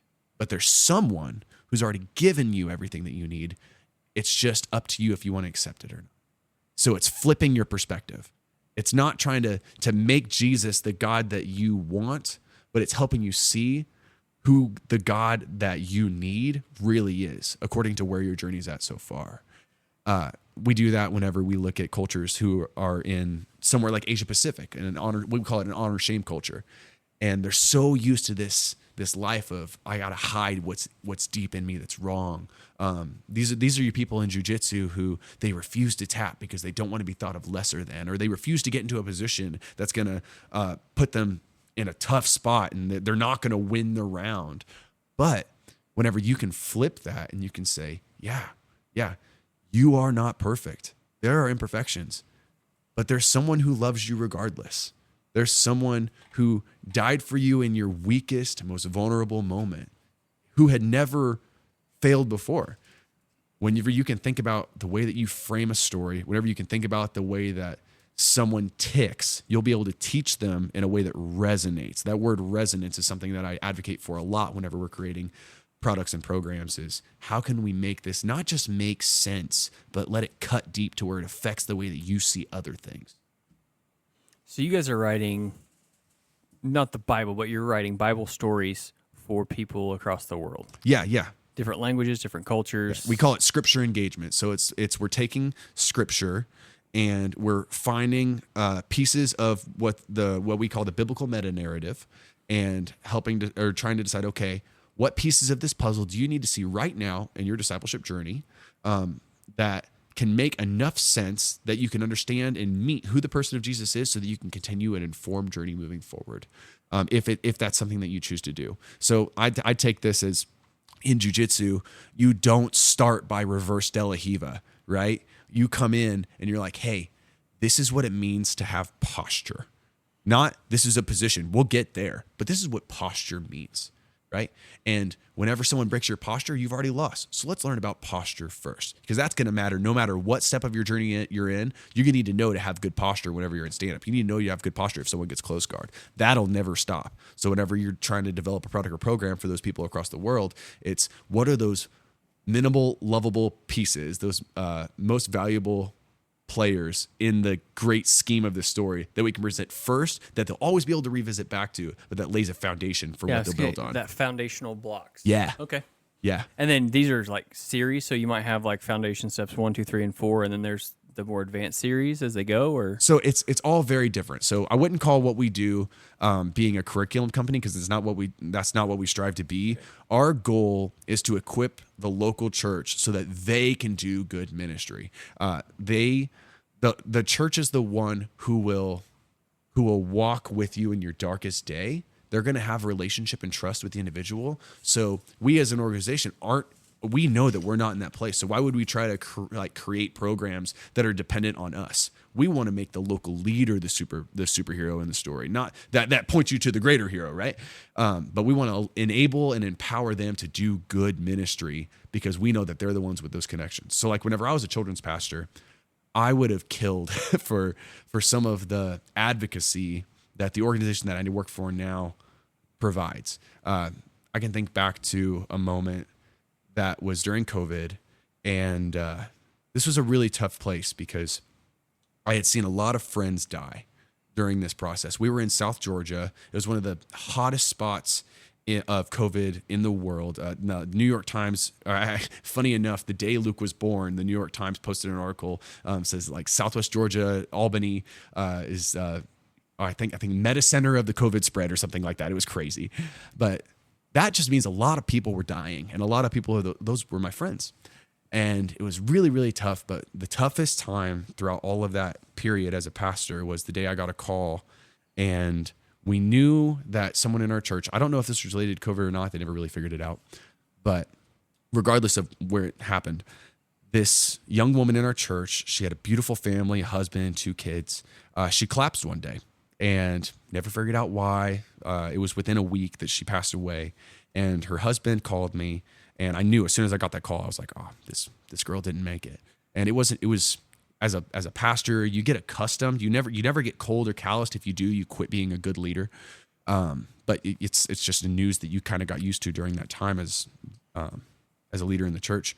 And so I knew that she had passed away when he made the call. But what I didn't know was he couldn't bring it amongst him. He couldn't bring himself to tell his kids. So he needed someone who his kids knew to let them know that mom wasn't going to come home. And that falls to the kid pastor. It fell to me. Oh. And so I'm on my way to the house, and I wish, and this is why I say I wish that I would have had someone. My lead pastors were great. They were wonderful. They helped, like they prayed for me as I went out there. One of the pastor's wife, who's I consider one of the greatest human beings of all time, she called me and she gave me good solid advice, because she's been in tough places before too. But I wish I would have had someone who cared enough about me as a leader to help give me the tools that I needed to be able to walk in this moment with this kid, so that whenever I had to let them know, hey, mom's not going to come home, then I would have been able to approach it not with more confidence, but with a more sound mind of not second guessing every word that I said. And you will in situations like that, but knowing that we get to fight for those who can't fight for themselves, who is that church leader, who's always trying to serve others, and they never get a chance to be able to be loved and served as well. It's the honor of my life, and I'm proud to do it. That's really cool. So not only are you giving them a curriculum and like a way to teach something and a lead, something for the kid to have, Right, something for them to have, but you're also just kind of downloading some confidence of like, hey, know your stuff before you go into this, so you're not walking on unsure ground and trying to convince somebody that you're doing the right thing. Yeah, that's the hope, right? And we have incredible like departments like here and there. We have a training department whose sole purpose is to help that leader grow and to make sure that they're flourishing, that they're growing in their own faith, because you can't give anything that you haven't received. Otherwise, you end up being one of those Bushido Jiu-Jitsu gyms who's trying to teach you stuff that they've never actually hit in a competition, right? Yeah. It's the same concept. But yeah, it's a true blessing to be a part of, man. And not just being a part of it, but we have this really cool thing as an organization that you get to go on what we call distribution trips once a year. That's why I've been to Guyana a couple of times. That's why I've been to Colombia. We're going to go to Costa Rica in September, and then with more trips coming soon. But getting to see those kids walk barefoot from miles away to this church with this pastor who they've heard about, who has given them food and given their family food whenever they didn't have food for a week. We get to give that pastor this book that was made for his kids, and he gets to say, hey, we got something for you, and this is a story, and you're a part of it. Man, like, I could run through a concrete wall right now just thinking about it. That's cool. Yeah. So the work you guys primarily do, is it overseas missions work, or is it like U.S. based too, or split? Yeah, our whole mission is God's word, every child. So we have the people who are far smarter than me and have been a part of the organization for a long time. They have something called Vision 2033, and by 2033, through equipping the local church and all of our strategic partnerships across all these incredible organizations, it's never just us. Every kid in the world will have encountered the word of Jesus through something that has been created by that organization. That's every kid. We've reached 2 billion so far, with another 3 billion planned for. Jeez. Quite literally doing the Lord's work. Trying to, man. And man, it is in spite of me, let me tell you. But we think we have meaningful jobs, like not necessarily we, but like just people in general, just a person may think they have a meaningful job, and then you hear this story and what you're doing, and it's like, yeah, what I do is pretty insignificant. It's impressive. But it's not ever about me. God works miracles through me in spite of me. Like, there's a reason that scripture says, Drew, I don't think there's... Hold on, wait, hold on. So there's a reason that scripture says, whenever I am weak, he is strong. And it's because whenever we're at our lowest point that we realize that we in and of ourselves, even our greatest righteousness is but filthy rags in the presence of the Lord. Even me at my strongest point is just nothing in comparison to the goodness and the greatness of what God has in plans for me. I realized that, like, man, if you pulled me out of this puzzle, the picture would still shine. But I get to play my little part.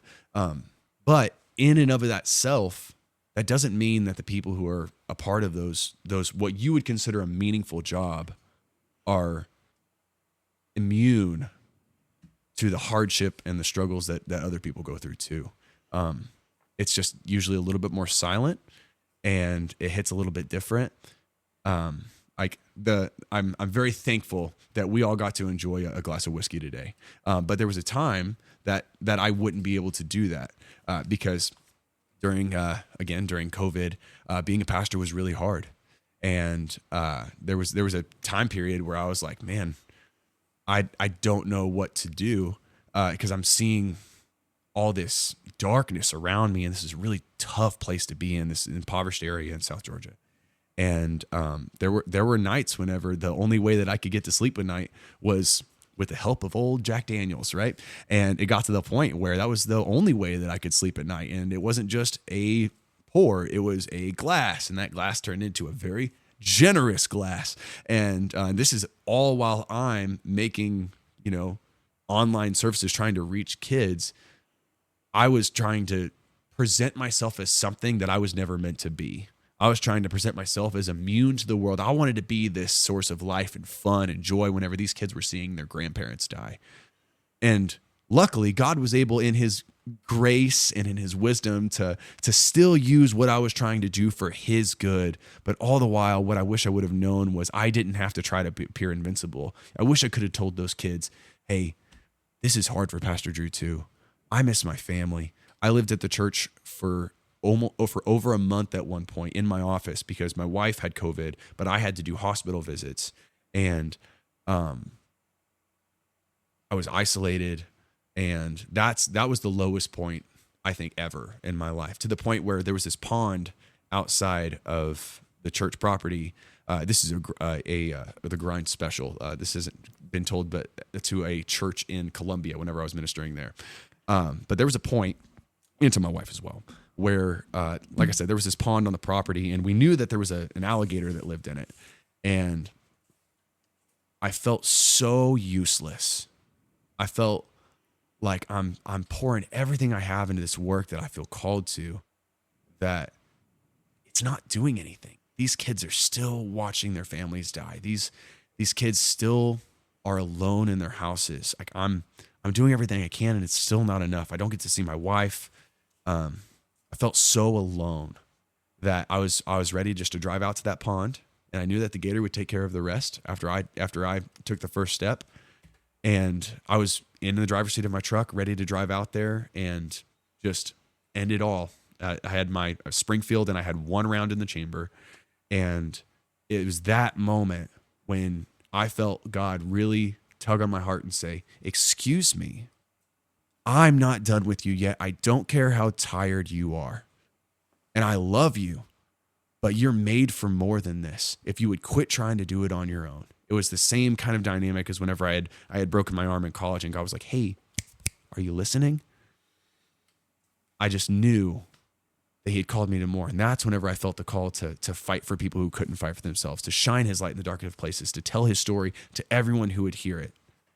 And to those who have been given the greatest responsibility, you're also entrusted with the greatest struggle.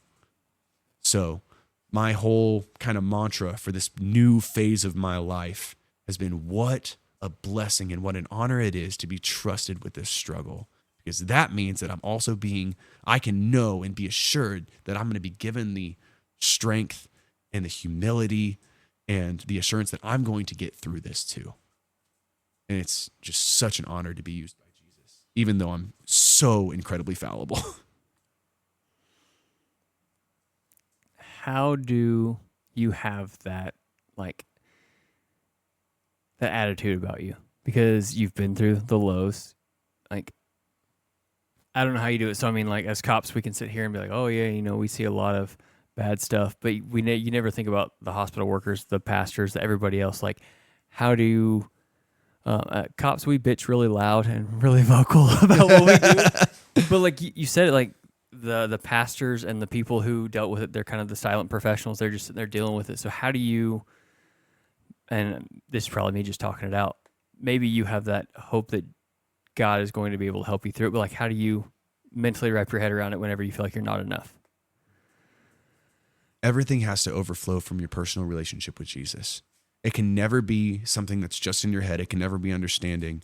I'm not the greatest Bible scholar, probably even in the room, but most generally that's true. But what I do know is that as I draw closer to Jesus, that he also draws closer to me. He promises that in his word, and his promises are always true. So if you foster and maintain that relationship with God, then whenever the trials come, whenever you're being asked to do more than you're capable of, that really is fair, then you know that there's going to be something that carries you past the point that you can carry yourself.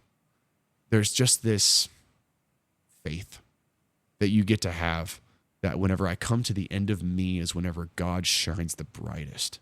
And it takes a step. It takes a step outside of your own capabilities where, man, I don't know how to navigate this conversation with the kid who just lost his mom. I don't know how to talk to this kid whenever we went to this meth addict's house and I had to break open a padlock with a pry bar and pull these babies out of an attic who this meth head had locked in his attic because he thought he was being a good dad so he could have a trip whenever his kids were in his attic. How do you make them smile whenever all you want to do is kill someone? That is whenever God shines the brightest. So you just have to trust that the one who has done a work in you is going to be the one who does a work through you.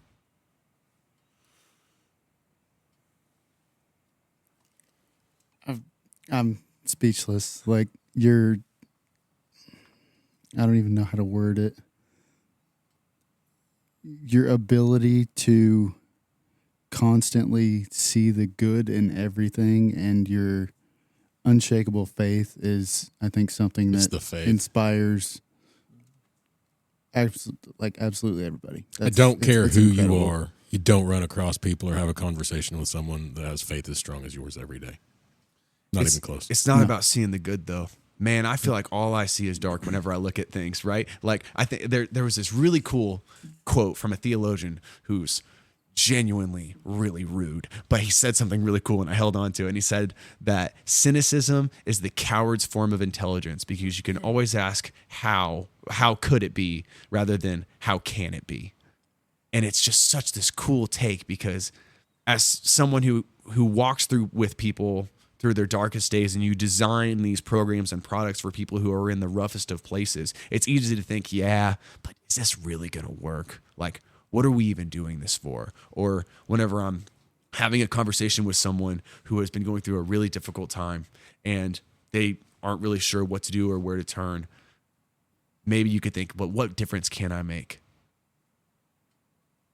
But then the God that has worked in your life, who pulled that pistol out of your mouth whenever you wanted to be ending it all, you remember that he's the one who's living for you too and for them and working through you. Mm.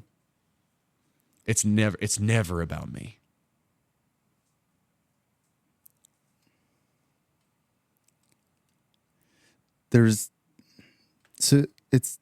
Like your faith is unshakable. Like this conversation, I've just been listening and I'm like, holy cow. There was never a time where you were broken. Like the faith just wasn't there. Of course there was. He was going to stick a gun in his mouth and let an alligator eat him. There's that. But I'm just saying, like, it's almost mind boggling to me how strong your faith is. Like everything. Like, I don't think we could ask you a question that is not going to revert back to your faith. I guess it's hard. How is your faith so strong? I guess would be.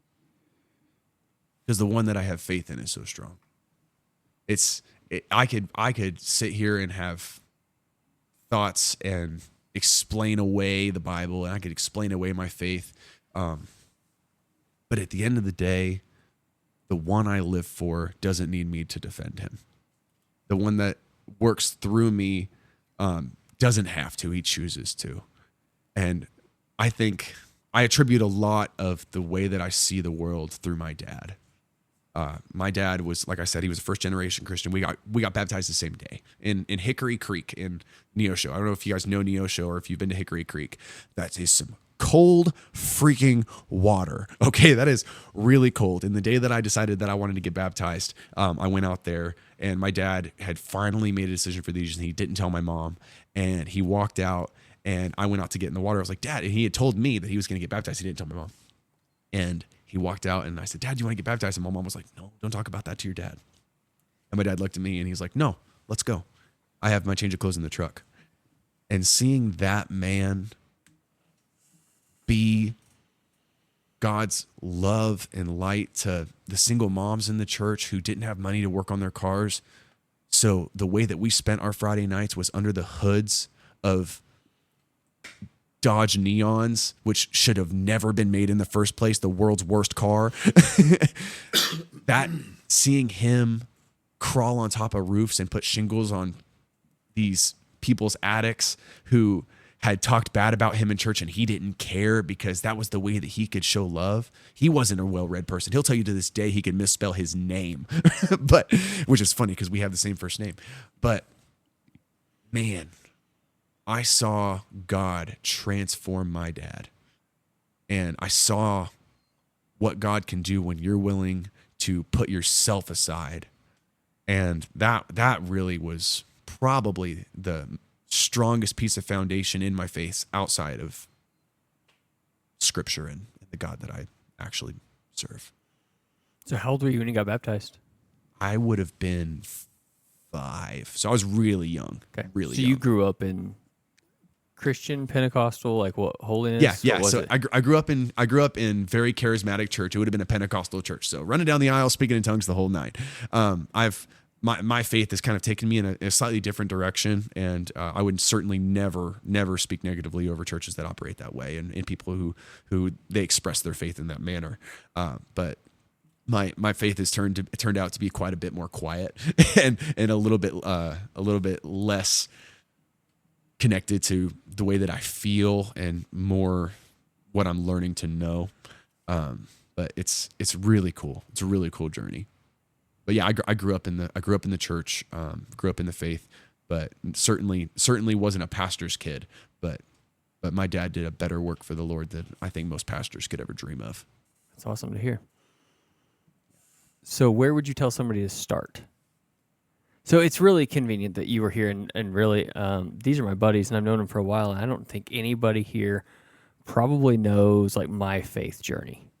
I'll dig into it eventually. It's kind of a sensitive topic for me. Sure. But so I grew up in church, did the whole thing, then kind of got hurt in church. Yeah. The older we get, it happens because people suck. Yeah, they do. Right? Especially church people. Yeah. They really church suck. people suck really bad. So I really kind of completely withdrew. And then I just was like, well, I'm just going to go live my life like crazy. And then they've got to see me live my life crazy full throttle. And then going through this, having a baby on the way was kind of the phase that like brought me back to be like, hey, dumbass, let's figure it out. You don't want this kid to make all the mistakes you did. Sure. So how do you tell somebody, not even me, but like it's very convenient that you're here because I have had a lot of talks with myself of like, man, I really need to figure out how to start a faith journey again. But where do you tell somebody who's even never been on it, like where do you start? 2 pieces. Number one, the number one catalyst to growing in anything is accountability. So if you're in a fitness journey, having someone who's checking in with you saying, did you go to the gym today? Or, hey, I'll see you at the gym at 6 a.m. Shout out to our 6 a.m. crew, Tuesdays and Thursdays. Please, if you guys haven't started coming, you need to. But if you have someone who's walking the journey with you, wherever they're at in their own, they can be ahead of you, they can be behind you in terms of where you are and where you're progressing toward. But the levels of accountability in your life will always dictate the level of growth that you'll find. Maybe not the way that people see you, because you can maintain yourself in the same position and always look like you're doing better, but deep down, you know that you've not grown. A lot of megachurch pastors have very infantile faith. But for someone who's just starting out in the journey, I would say, please find someone who's also willing to walk the journey with you, who's willing to help you see the parts of you that still need to grow while sharing with you the parts of themselves that still need to grow. And number 2 is John chapter 1. In the beginning, the Word, Jesus, was with God, and the Word was God. And that the darkness came, but the light overcomes it, and the darkness cannot overcome the light. And as long as that's true, as long as Jesus is always been and always will be, then everything else will come. Start there. Start with the person of Jesus. Learn who he is in Scripture. Hear stories of how he's transformed the lives of others. Because we do overcome the enemy by the blood of the Lamb through Jesus, but by the word of our testimonies, by hearing stories. That's why I started, whenever I talked about my own life, is the language that the world grows is through the stories that we share. The accountability portion I'm jumping on because, I mean, like, these guys in jiu-jitsu, like, it's easy. We got a text. It's, hey, you coming? We're going to be there. We know it. Tuesday, Wednesday, there's no options. The accountability portion is huge. Yeah. What would be your accountability? Is Chloe going to, is she on board with that, or are you going to have to drag her along? What's the... Like what? To go back to get back into church. Oh, I don't know, man. I don't know if I really want to go to church. I think you can probably be pretty Christian and not have to go to a church. I don't disagree with that completely. From the church guy over here, just barely nodding like, ugh. Yeah. Do not forsake the gathering of being together. And it's because that the church is certainly made of broken people who are going to hurt you. They're going to disappoint you. But they can only hurt you and disappoint you to the degree that you put your trust in them. Yeah. Right? You can walk alongside somebody while knowing that they're not the one that you're anchored to. Yeah. And you can anchor yourself to your wife, even in your own relationship with Jesus. My wife, she has the most beautiful relationship with God that I've ever seen and ever will see. You think that my faith is strong, it pales in comparison to a shadow of hers. You couldn't put a gun to her head and convince her to even hesitate to say the name of Jesus. She just knows that she knows that she knows, and she lives it in everything that she says, thinks, and does. But if I put my faith in her, then the moment that she does fail, because she will, the moment she does disappoint me, then that's going to skew the way that I see God. It's the moment that I have someone in church who gossips, who speaks negatively about my own journey, who's maybe called me out in something that they're not willing to live up to themselves, whatever that looks like. The moment I allow them to change the way that I see God, the infallible, then I've missed the mark. We have to be able to separate the people who are living for God from God himself, because he in himself cannot fail, cannot tell a lie. That's his promise, and he lives it out. You just have to know that there's this really, really fun quote from the pastor who baptized my dad. His name's Malcolm Mosby, and there's a road in Neosho named after him. But he said, living among Christians is like a cow trying to find good grass. Sometimes you have to push the shit aside to find the good ones. Yeah. And I was like, well, that's a way to put it, but man, if it's not true. Yeah. Sure. Hell yeah. What I was getting at is like the person that you would lean to for accountability. Like, is that Chloe? Like, is she on board because of the baby, or has she always been? Because we've talked briefly before about faith. Oh yeah. And I don't remember if it was you or her or both of you that kind of deviated from it. Or No, she's locked in. She's been on it since day one. She grew up in it, and she's all Right. about it. Okay, so she would hold you accountable if you're like, hey, let's do this. We got the baby. We need to start thinking about church, and like a lot of people do, right? We got a kid. We need to raise him in church, Yeah. And so she would be like, get up. You're not sleeping in today, type of thing, or whatever it may be. Well, I can tell you, I found one of my favorite moments in my life is Addison at our gym. Fun fact for people who don't know him on the podcast, Addison's a dude who is more muscular than you, and I don't care who you are. he's an absolute Also, animal. super duper natural muscles. He is. I Yeah, swear, I've seen his dad. 100%, I have yeah. seen Leslie, his dad. I don't know who named this family. Leslie Rainwater If you have a girl name, you're jacked. is a large man, right? But yeah, so Addison, we had this friendship that came from morning class, and we started kind of briefly sharing about faith because whenever you're around me, you're gonna hear about it whether you like it or not eventually. And he has had his own walk with Jesus, and neither of us have ever had kind of that person that we could be able to check in and say, hey, like, send me a screenshot of your phone history this week, or hey, like, how many times did you get in your Bible? And we actually started, one of the cool things about the Bible app on your phone is that you can start a Bible plan that reads through whatever topic or whatever section of scripture you want. And it'll send, and I don't know if it'll send a notification to the other person, but you can see when the other person has done their days and you can do your own. And it's just this really short, basic step of being able to say, hey, we're going to do a Bible plan. We're going to read John 1. We're going to learn about the person, the power, and the presence of Jesus. And if you don't do your reading today, I'm going to know. If I don't do mine, you're going to know. And we can be able to say, hey, what did this mean? This didn't make sense. And we can wrestle with it and have questions that may never find answers until 2 years down the road, whenever we're like, oh, okay. So whenever God says that he's my father, it means not just that he's going to discipline me, but that he's going to catch me when I fall. Like, having someone like that that's willing to be as open as you are is invaluable. And that's in any aspect of life. Mm-hmm.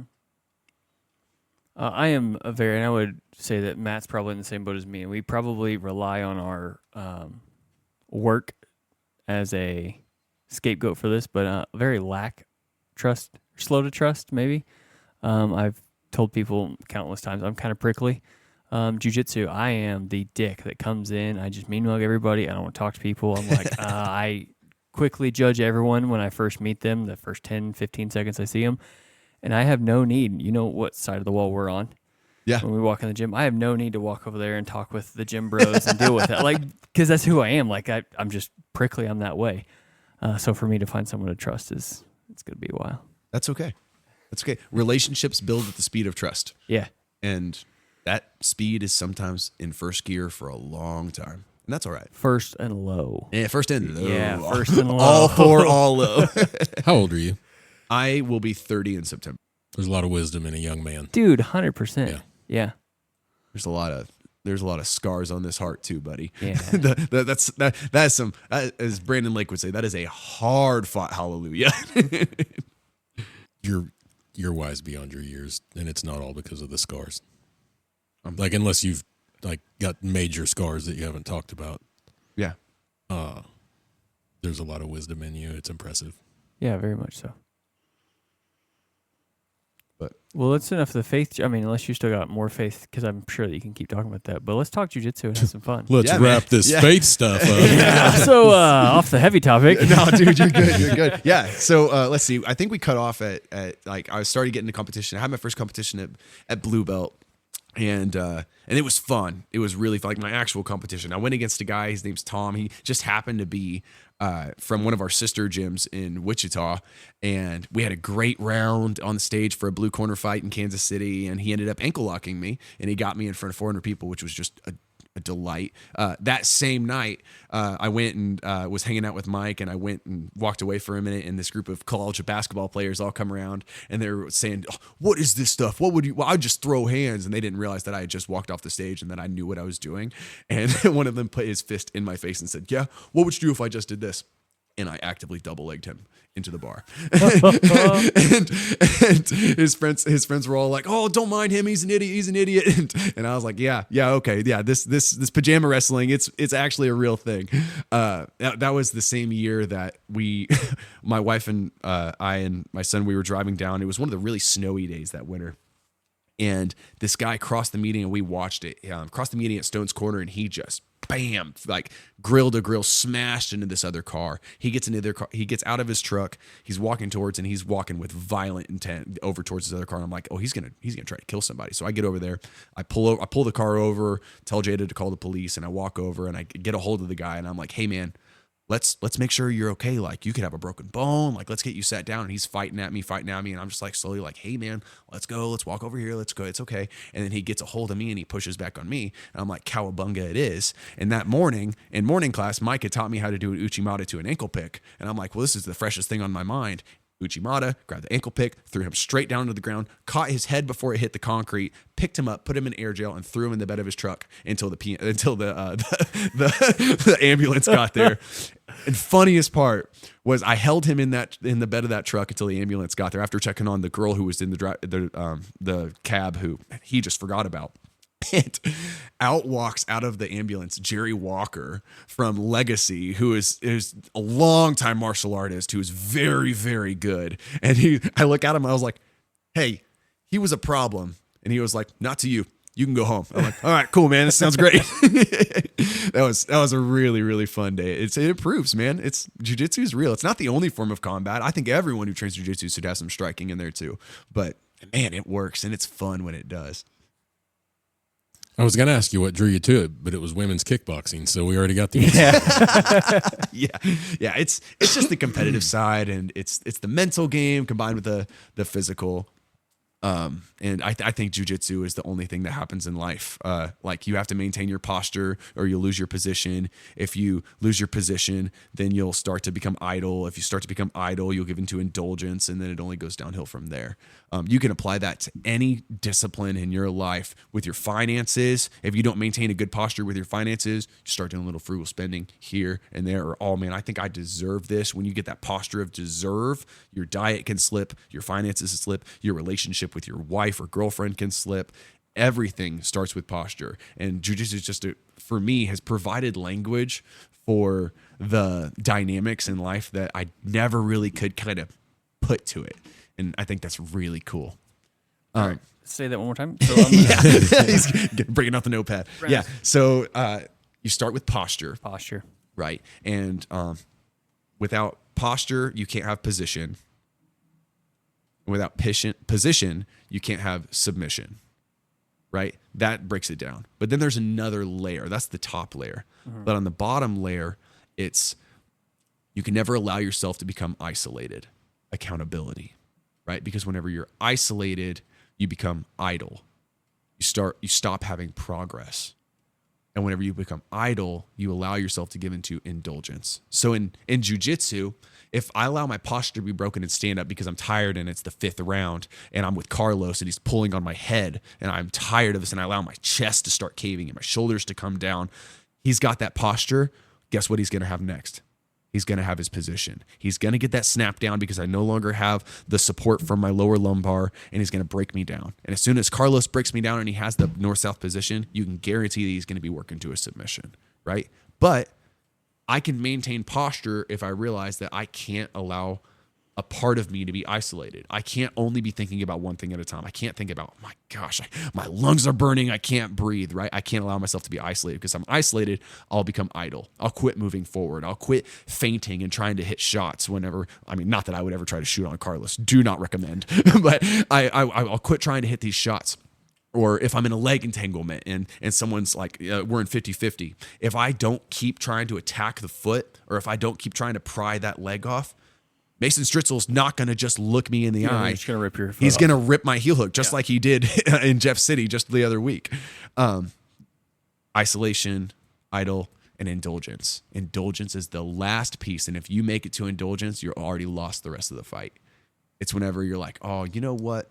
I've been on my diet, but man, that pack of Coors over there looks real good. And I've been real good this week, and I've not snipped at my wife at all this week. Or, man, I've been fighting good this round. I've been doing well. I got mount on Seth, and no one gets mount on Seth. I'm gonna sit. I'm just gonna hang out here for a second, right? I'm gonna give into a little indulgence, or I'm in bottom side control, and Ian's on top of me, and I'm fighting for my frames, and I have my frames, but I'm like, but what does it matter really?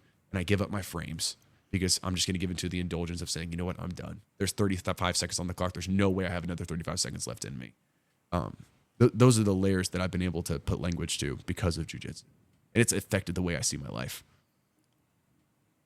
I love that. So I effectively try to read the Gracie's 32 Principles book. Okay. You may think that Gracie's overrated, whatever. I like the boys. Gracie Baja specifically, only because they don't let me wear my cool colored keys. I really like that 32 Principles book, and it just kind of walks through like, here's a jiu-jitsu principle, here's the regular life principle, and how it applies. I love that, but I like this even better because it's way shorter. I can remember 4 things. Breaking it down for a kid. Yeah. I got nothing. You got nothing? I'm just really? listening. I'm just listening. Dang. I've nicknamed Drew. Like I've changed his name. It's RJ. You're Randy Jr. over here. Oh, man. Wisdom, insightfulness. And always happy. Yeah. That's not true. That is so you always actively not true. You always put off happy. I always try. Yeah. I got nothing. Oh my god. This guy. I usually run my mouth more than anybody on this thing, and I'm not. I feel like I've talked too much. No, it's- dude, you're doing great. This is I listen to a lot of podcasts, and weirdly, once we started this, I quit listening to quite as many of them because I'm like, I'm just tired of listening to myself talk. Because once we talk here, I go back, I edit it, and then I listen through it one more time once it makes it past edit to post before I put something dumb out there. So I've listened to an episode by 4, 5, 6, 7 times. So I'm done listening to people talk by that time.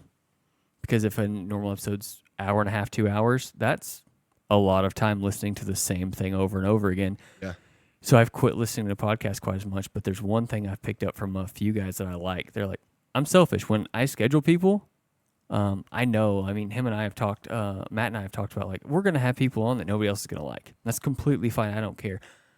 Joe Rogan has people on all the time, and the comments read horrible, like, this guy's stupid. Why would you do this? But Joe's actively saying, I loved it. This was one of the best conversations ever. And like tonight, you can say that you lead it off with, this is probably going to be the worst one ever. But dude, I got something out of it. Like, I've thoroughly enjoyed this. This is exactly what I needed. Oh, sweet. So this is and we great only for got me. to blue belt. We didn't even get to tackle purple. Oh, no, we're fixing to do that. All right. So, Cool. so you are freshly promoted. Yeah. So it's been a little longer than I thought. It's about 6 months. Is it November? 6 months. Yeah, November. Yeah. Yeah. 7, 8, almost 8 months now. Wow. Holy smokes. Yeah. And you got your purple belt in November after training for how long? That would have been right at 3 years. It would have been 3 years that day. Matt's on the 5-year to blue. That's the plan.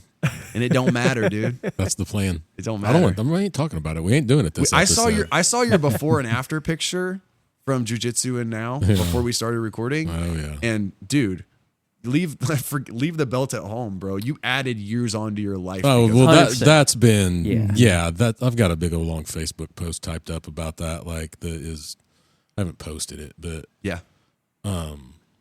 yeah, I definitely added years. I feel like I added years to my life. I mean, that's one reason I started jiu-jitsu. That's one reason my health is the reason I've done a lot of things. Sure. And I've definitely improved my health. The stuff about progression in jiu-jitsu gets brought up every effing episode. Look, you've impacted me already. I just didn't say it right there, right? Love that for you. I wish that I could maintain that. I cussed on Randy's episode for pity's Barely. sake. You Like, said shit once. And that was it. And To be Randy even fair, got so did I, but I was quoting a pastor. Randy even got onto him. He was like, whoa, whoa, whoa. yeah, I think he did. Well, I mean, like, I'm proud of Matt, and I mean, I don't say this enough. He's been my buddy for a while now. I'm really proud of him. We sat here when he first got here today, and I was like, dude, I think you got abs. He's like, maybe. He said maybe. Yeah, for sure he does. Like, I mean, I'm just Conceal really, carrying abs. I'm really proud of, like, and he puts in the hard work. Yeah, Like we've talked about, he always pushes me to be like, do this, count this, count. I'm like, dude, I am busy. I'm raising a kid. I'm trying to do jiu-jitsu. Like, I got a lot of stuff going on. I don't have time to weigh my chicken every time I eat it. I'm roughly guessing this is approximately how many calories I'm eating. Yeah. That'll get you so far. That's fine. I'm only trying to get there right now. Yeah. It'll get you so far. I'm not trying to have abs right He's now. stepping on the monkey tail. You got to Yeah. give him time. Yeah, let the kid get 5 and I'll try to have abs. Nah. Just start the habits now, and then, like, in a couple of months, it's not that big a deal. If you're getting stronger and your heart rate's getting lower, who cares what you look like, man? I The aesthetics happen. yeah. Like, it just happens. I'm not walking around with my shirt off by any means. I don't look that good yet, but, like, I've definitely gotten stronger. I've definitely lost weight. I mean, I'm still not strong by any standard. Disagree. You grabbed my gi the other day. Yeah, I'm not strong. Like, I'll tell you numbers. Like, when I started this, Drew, I struggled to bench press 120 pounds for reps. And now I'm doing, like 170 for reps. Heck yeah. Which is approaching my body weight now. Like, so to be able to work out with your body weight by the standard of comparing it to, like, everybody in the country, I would say that's, like, objectively strong. At least top 10%. Which is crazy. But then you go to the gym and it's like, you guys rep out, 300 pounds probably for reps. And it's like, All natural guys, though. but that doesn't matter. Like, I don't care about that. So in certain settings, like, strong, but in the settings that I surround myself in, not strong. Right. Yeah. So I got a Yeah, but long you're ways measuring to yourself go. from where you were, not from where everybody No, else I'm is. measuring myself by where I want to be. Yeah. I've got a long ways to go. I'll get there. You've also come a really long I've come a ways. long ways. I still have a long ways to go. Yeah. You measure progress looking backward. You set goals by looking forward. That's an excellent way to put it. Look at this guy at just this dropping knowledge. Just dropping bombs. But the jiu-jitsu thing, like, it gets brought up in every episode, like my progression in jiu-jitsu. And we joke about the fact that, being a one-stripe white belt almost 2 years into it. But I don't care about that. The only thing that I put pressure on myself is, and regardless of what anybody says, like the whole "it's your journey" thing, like, shut up. Like, I don't want to suck worse than what is kind of considered to be an average. Sure. Right? Like, I'm 47 years old. If I'm on an average progression in terms of time, I'm happy with that. Yeah. At 47 years old, like most 47-year-olds are sitting in their recliner, drinking Busch Lights, talking about the Chiefs, like what their season's going to look like. They're not out getting mollywopped by you guys at jiu-jitsu. They're not putting in that work. So I'm proud of that. But I at least want to be, like, on an average progression. That's just the standard that I want to push myself to be. To be fair, and this is not in a way that's trying to brag, I am not the average standard. No, God, that's no. obvious. My Like, year to blue belt was strictly because Mike got tired of hearing people tell him, "Will you promote Drew already?" that was the only reason. you're a Much like physical Carlos. phenom. I mean, You and Carlos. yeah, And for Addison. sure. Oh, Addison, man, he would have progressed a lot faster had I not broke his bicep. Yeah. Yeah, I wish that hadn't happened. I'll tell you. I don't know if you know that story, Matt, but I had Addison, and you guessed it, an armbar, and I had it straightened out, and I had it flexed out all the way, and I stopped, and he stood up, and he was still early in jiu-jitsu, and he tried to flex and bust out of there, and I had one hand on his wrist and one hand on his bicep, and I felt in my hand the bicep disconnect into that tendon tear, and it sounded like grabbing a raw pork chop and ripping it. The only thing that sounded like that bicep is whenever my son was born. That is the only thing I can compare that to. And I'm serious, man. It was grosser than gross. Oh, And yeah, I felt that massive Addison bicep go right through my hand, and he just gently let go of my arm, and I like hit the mat because he was holding me in the air. And he sat down, and he was like, well, guess I better go to the hospital. And that dude gets in his truck and goes straight to the hospital. If he hadn't have got hurt, he'd be purple belt by now. I almost guarantee it. Yeah, like the comparison, like comparing to, like there's no part of me that would compare myself like to you in terms of progression. I mean, I'm 20 years older than you, Right. almost, and in my physical prime wasn't, what you are. So that would be a silly comparison to even attempt to make. My only comparison is to myself, which is fair. And then, like I said, like I try to push myself for something. I mean, I guess if I just wanted to compare myself to myself, I could just be okay with sucking forever, right? And be like, well, I'll be a white belt for 10 years. I don't care. Well, that's stupid. Like, I mean, that's just idiocy in my mind. Unless you show up for class once a month and that's all the time you have, then maybe you will be a white belt for 10 years. Fine. Sure. But if I'm in there 2 or 3 nights a week, like, I don't want to go 2 or 3 nights a week and just suck that bad. You know what I mean? Like, that's all it is. If I can be on an average projection, like progression, Yeah. I'm content with that. One of my things I wish I could do is I could go back and roll with white belt me. I wish I could go back and roll with blue belt me, because I think that would help me have a sense of assurity. Like when I'm on that long drive home from getting my butt handed to me by an 18-year-old in front of 400 people named Mason twice. that would help that drive home be a lot easier, man. What's that like, having him turn into kind of like, not a nemesis, but like he's probably the high water mark for you now. Oh, yeah. Like I'll chase that something dude till for I you die. to chase. Yeah. The thing is I told Ian this one time. I said, hey, I am under no false assumption that I'm going to beat this guy, but I think 1 time out of 10 I can catch him, and we've gone once, and so I've got a 1 in 9 chance. He was like, no, that's not how math works. You have a 1 in 10 chance every time you guys go, so your chances now are just as bad as they were before. I'm like, thanks, Ian, let's get in the truck and head our way there. But it is really cool, because there's always that boogeyman that you're like, yeah, I might be getting good, but I still know Mason will get into K guard and he'll jump me on my butt and he'll heel hook me and I'll feel like an idiot, and we're going to learn this all over again. What's that feel like? Because I've seen pictures of him. I'm guessing if you took jiu-jitsu out of the equation, you could pick him up and shake all the change out of his pockets.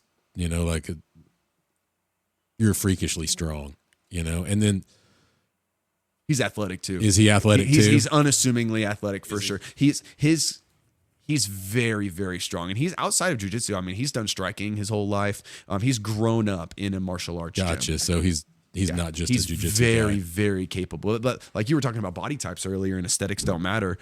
Like I think about people like Michael Pixley. And for me, like I look at Michael Pixley and I'm like, yeah, that dude's an athlete. Like he's strong and stuff. But I had my match in Houston against one of Michael Pixley's training partners, Christian Maddox, incredible guy with his own wonderful jiu-jitsu journey on the, I think that the Jiu-Jitsu Outlet podcast had him as a guest. Highly recommend listening to it. But Michael Pixley, he is one of the most unassuming guys. Like if I saw him in a normal shirt walking around, I'm like, oh yeah, that's a strong farm boy. But if it came down to jiu-jitsu, like he doesn't look like that guy. But he was a D2 wrestler. He might have been D1. I can't remember. He's that like sleeper car. Yeah, dude, he's so fast, like so stinking strong. But yeah, aesthetics are such tomfoolery whenever it comes to jiu-jitsu. But yeah, Mason, man, he is so technical, and he hits that Zen state. He competes every time I'm at open mat. He's at a competition, and he's getting quadruple gold and winning the team trophy all on his own. And it's just a different level. there's levels to this that I'll never reach to, and that's okay. That's what I was wanting to ask about or try to understand. Because I thought from like a strength and athleticism point, I figured you would best him. I didn't know. It was just an assumption. It was a 1 in 10 chance, and it restarts every time. And so what's that feel like when you get in there when there's that big of a skill gap? I guess that's what we're getting at. Like there's just a true skill gap. Like, yeah, how intimidating is that, or what's it feel like? Or can you just tell you're in over your head immediately? I need to get better at addressing that because in a normal training environment, I'm like, oh yeah, okay. Well, then if you're that much better than me, then I get to try the stuff I've not tried on anybody yet. But in that space, I always kind of deflect my nerves by leaning into the silliness. Like he pulled guard whenever I wanted to pull guard. And so we both pulled guard at the same time. And instead of me getting hold of his feet and getting my double unders, like my game plan, and tossing his feet up and then wrestling through and avoiding the triangle, I sat down and Rochambeau'd. I did fake rock, paper, scissors to be like, okay, are you going to pull guard or am I going to? Because I was like, oh, I'm going to make this a silly thing because I know that I'm screwed and I don't want him to see that. But whenever all actuality, I should have just trusted my jiu-jitsu and trusted my game plan. So that's something that I honestly I need to get better at is whenever I know that I'm going into those shark infested waters to not smile at the shark. Like I need to have my own way. I think that's one thing about competition that kind of like, I don't really care to compete. Is like I'm not gonna go in there and hurt somebody in a jiu-jitsu competition. Sure. Like not on purpose. Right. Like if I found myself in a situation where I was like dominant in a match, right? When I grabbed a submission, like let's use a Kimura for example. Oh wow, there's a Kimura whap, and I hit it, and just like I'm not gonna just rip that submission to try to win that competition. That dude's got to go to work tomorrow too. Mm-hmm. You know. And when you go to a jiu-jitsu competition with high-level competitors, I doubt they care what happens to your knee whenever. You have to be willing. Right. There's a point at which you have to remember that they signed the same waiver you did. Right. And that you're not ever trying to cause them long-term harm. But according to the rules that you both as gentlemen agreed to whenever you walked into that room, one of you has the responsibility to tap. Mm-hmm. And not in the training room, absolutely not. It's a completely different dynamic. But once you slap bump on after Drew has injured 12 of his training partners, yeah, you know, hypocrite over here. Well, I think what happens in the training room, and like I had a little dust up with one of the dudes in there a couple of weeks ago, and like I said, I may have misread what happened. Freaking Colton. Yeah. One of the dudes. Colton's such a bully. One of the dudes in there hit an armbar on me, and I thought it was like super fast, like he ripped it. Now, it may not have been the way it goes. That's the way I read it in the moment. No animosity with the guy. He's one of the great guy in the gym. Love him. But I think what happens is, like, especially at lower belts, Matt Hay got me in a nasty one a long time ago, like fairly new, both of us. And he Kimura'd me. And I think he saw the Kimura and was like, just jumped on it. Just duck on a bug, jumped on it. He wasn't trying to hurt me. Matt Hay's a great guy. Oh, yeah.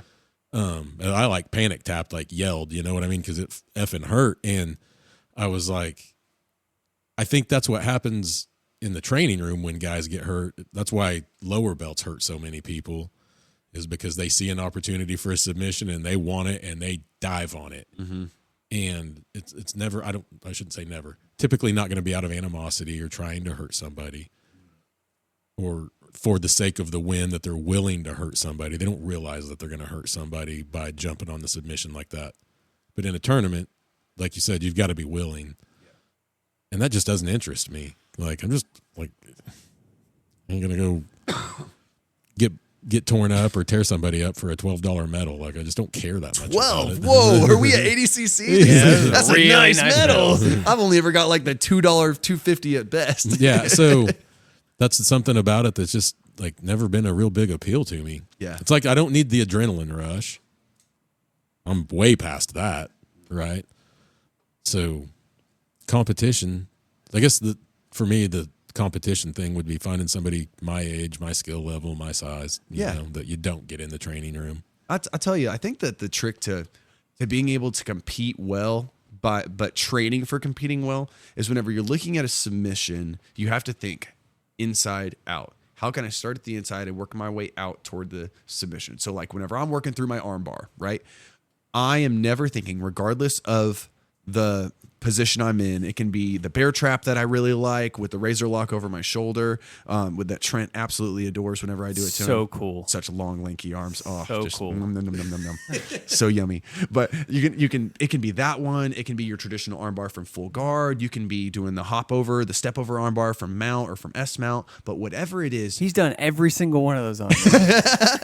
but no matter what way you're breaking the elbow, you should always start with the shoulder.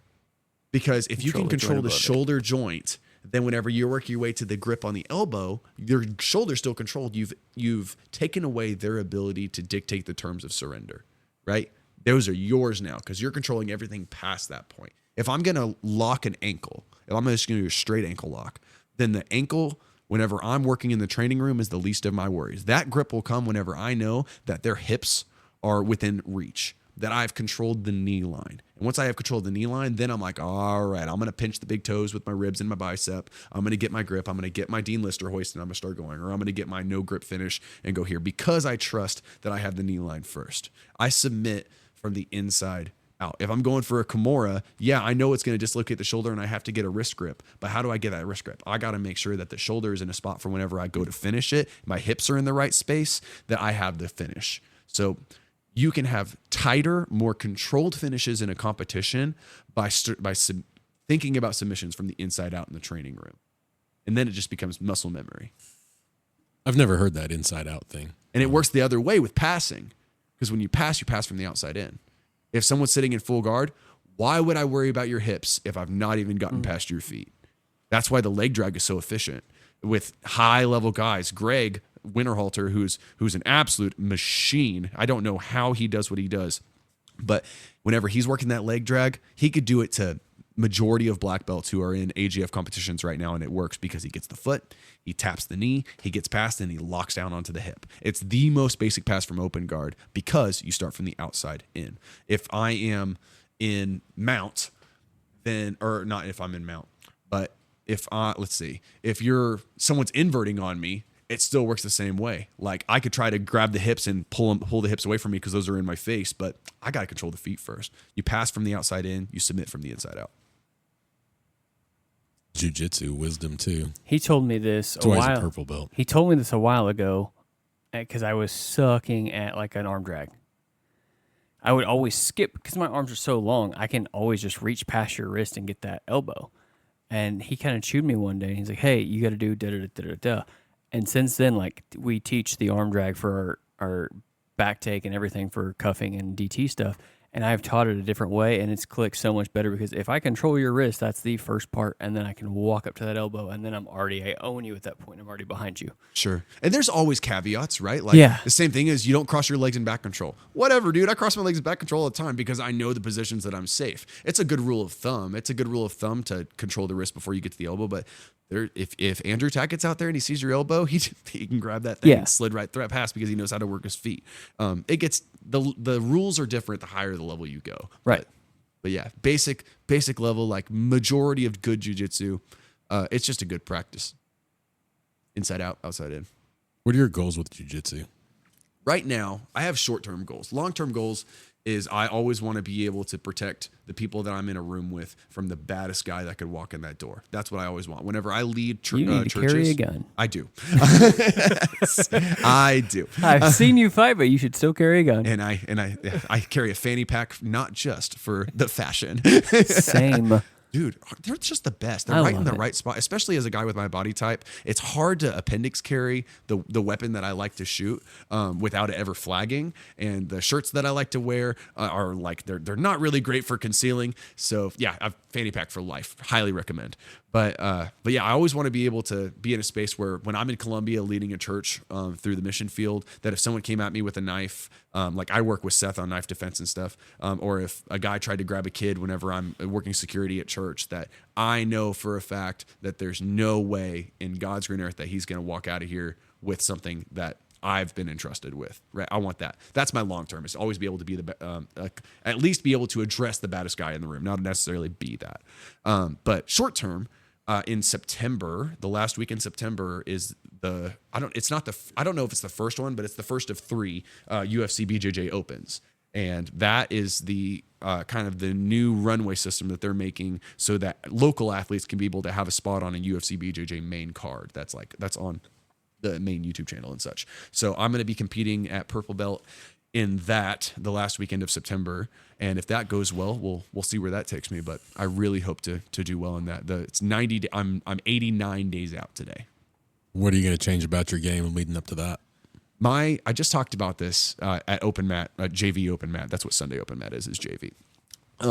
With someone, I have been trying to not put myself in bad positions like I used to whenever I first started. Like I'm not starting in bottom mount. I'm not starting bottom side control, but I'm trying to work into dilemmas that I don't typically find myself in when I'm working my A game. So like typically I may not pull guard every time, but I'm going to stand up with the intention that if I get takedown, great, I'm in close guard. This is wonderful. Then I get to work everything from close guard, overhook, underhook, to traditional armbar, get to the sweep, and then work the choke from the back. That's my A game. I can do it with my eyes closed. But I am knowing that game is not always going to be the most effective game for every opponent. It's just the thing that I'm best at. So whenever I go into open mat, I'm putting myself in leg lock entanglements. I'm going to grab a foot locker's leg and I'm going to test my reactions. And I'm going to try to find new ways to gain the knee line. Or I'm going to wrestle with Greg and I'm going to get my neck hurt and have to walk like Batman for a couple of days. But I'm going to learn how to maintain posture when I'm going against a better wrestler, how to stuff a good shot from Carlos.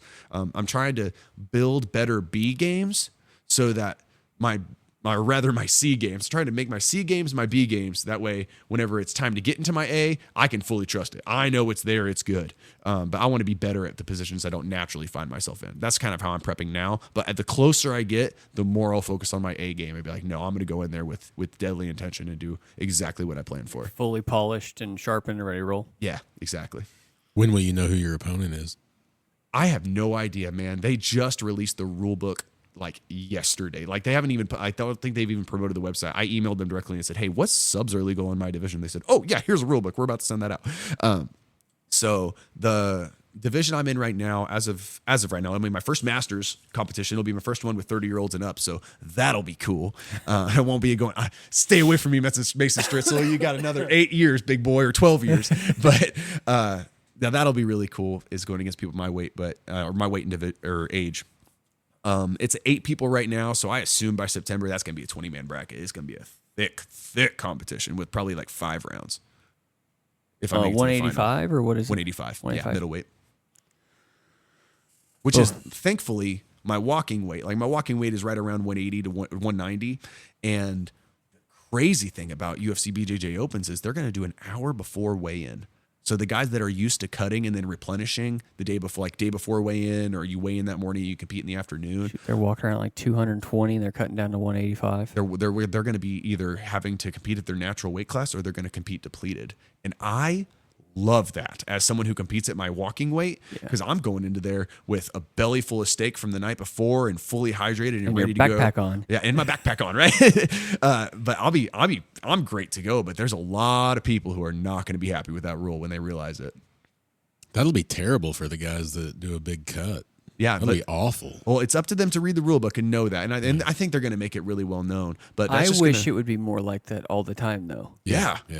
I would rather see guys fight at their walk around weight, so they're going at like 100% instead of like, cool, I see that you cut 55 pounds in 35 days, and now you get back up to your weight. It takes away from the underhanded like nature of weigh-ins, right?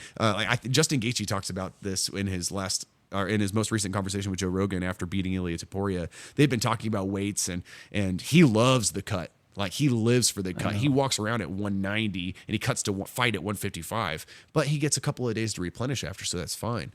But I think that perspective would shift if in the UFC you weighed in an hour before you fought. Mm-hmm. Oh man, you wouldn't have Justin Gaethje fighting at 155. He'd be potentially a middleweight. Yeah. That's wild to think he'd be going to, when Khamzat Chimaev wouldn't be your middleweight anymore. Everyone would climb up. But if everyone's operating by the same rules and everyone's operating at their natural weight, everyone's going to be safer. Yes. And you get to focus on the actual skill development and not like, oh, am I making weight? Am I making weight? I think in terms of longevity, that is a really, really good play. I agree. Yeah, it doesn't change anything from a competitive perspective. Like the same guys would be competing against each other just at their natural weights. Yeah.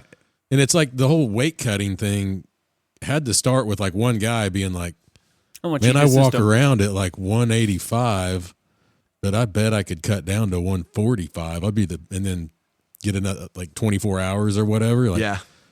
I'd be the biggest guy in that weight division. Like, And it worked. But then everybody started doing it. Yeah. So it's still an even, like it creates an unnecessary issue. Almost everybody does it, but it's just shitty for those guys that do try to be a little bit closer to their class and they only have to cut 10 or so pounds, 5-10 pounds. And then you've got somebody who has cut 35 or 40 pounds and then give them their time, they're going to be back up 25 pounds. Yeah. Yeah. That disparity in size is like, it's ridiculous. And that weight cut, it affects so much more than just hydration. Whenever you're depleted, you don't sleep well. When you don't sleep well, you don't heal well if you have lingering injuries. Yeah. I mean, like, you're not up with it making the right decisions. No, man, no. And people who do weight cuts, wrestlers, they got a different mindset. They are actively tougher than me in every stretch of the imagination. And I am fully aware of that.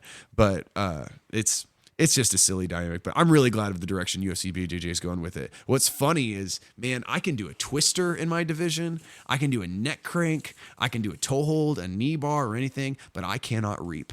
I cannot bring my outside leg over the thigh bone. Nope. Not until expert, not until you get to black belt. I'm purple belts, they're putting at advanced, and the brown and black, they'll do it expert. That's like, what, another 6 months for you, something like that? No. Mike told me whenever he gave me my purple, he was like, I want you to know that no matter how good you get, this is going to be a low and slow belt. And I'm like, good.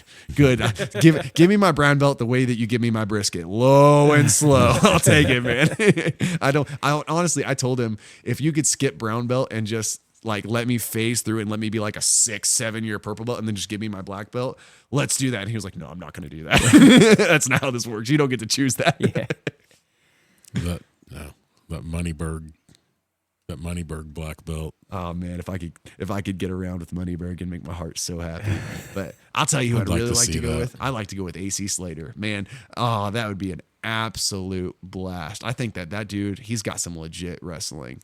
He's real good. I don't know who that is. Mario Lopez. He played AC Slater on Saved by the Bell. Okay. Yeah. That's where my mind went, but I was like, no way. That's not the case. Yeah, that was my introduction to Mario Lopez, was Saved by the Bell. Gotcha. But yeah, that would be really fun. There's a lot of celebrities who have do jiu-jitsu. That would be a blast. Ashton Kutcher being one of them, who's a jiu-jitsu black belt, who's really cool. Really? Yeah. Yeah, he was a brown belt whenever I first got started. And I was like, is that right? I had never met a brown belt. We had purple belts and black belts. I'd never been a brown belt until I met Ermin on my first competition night. And I went home and I told my wife, I think I met someone who stabbed someone with a knife, because he had those crazy Ermin eyes. Yeah. Competition Ermin is a different dude. Mm-hmm. Really? Just walk around Ermin's a different dude. Let's be super honest. I was like, sober Ermin is a different dude. Also true. I was really intimidated by Ermin the first time we met him at the old spot, and then he came in and taught a couple classes, and I was like, this guy's actually like, he's freaking cool. He's such a great dude. I really like douchey, cuddly bear. I wouldn't call him douchey. I don't want to die, but I don't know. Have you seen the wheels on his truck and the Oakleys he wears into the gym? Oh, come on, man. Yeah. The Vipers. No, they're not Oakleys. They're the Pit Vipers. What a goober. And I love him for it, man. That guy is unapologetically Ermin. Yeah, there will be no shit talked about Ermin by me. See, here's the good news. He can't carry a gun, and I can, and I can just stay far enough away from him. It'll be fine. Yep. Not testing that theory. Yeah. All right, dude. So on your teaching journey, because that's kind of our deal at the gym is, you hit blue belt, and normally people hit blue belt, they start helping out in kids class, whatever. But purple belt, you start like teaching. Mm-hmm. What's your teaching goals? That's a good question. Number one is teaching my son. I want him to be able to defend himself from bullies and whatever that looks like. That's why my normal teaching, unless I ask Mike, like, hey, I have something I've been working on, I'd love to show it to everybody. I think teaching makes me better at what I try. So outside of Luke, I just want to be able to help people overcome really sticky spots in their game. Like whenever I'm working with, like, Casey and I, we roll a lot because she comes to the 6 a.m. class. So we've got to get some really great little like conundrums in our game. I love it whenever she's like, hey, I got knee barred in a competition by this teenager. I don't want, can you put me in this knee bar? And like, I love helping people overcome tiny little hurdles. So it broadens up their game. Like this something that's so small is so big to you because you've been looking at it so closely. If I can help you get past that, you get to explore the fun stuff. Yeah. And so like anyone who is in our gym and they're having a sticky spot in their game, if I can speak to it in any way or at least point you to someone who's better at it, then I think I'm doing my thing. Good deal. But outside of that, just being a good training partner. I want the gym to be such a safe place that anyone is willing to be there. I agree with that. That is a really good culture that I think that we have, and we all we can put it on Mike or Randy or you or anybody, but I think everybody contributes to that, right? Yeah. Man, anything else? This is exactly what I needed today. So, anything else? What do you want to close with? What do you want to wrap up with? We've got our signature question. Yeah, you got to hit that. Okay, hit it. No, you do it. Your job. You know what our signature question is. Why do you keep doing what you do? You kind of answered it up front, but like, why do you keep... For sure, we all know already, but ask him the damn question. So, Drew, why do you do what you do? I do what I do so that I can always be in a position where I'm fighting for people who can't fight for themselves, that I'm shining God's light in the darkest of places and sharing his story with all who will hear it, because I know that it'll transform their life because it's already transformed mine. So do you think that you found your passion at 20, what are you, 29, almost 30? Yeah. Do you think you found your passion in life? Not a question.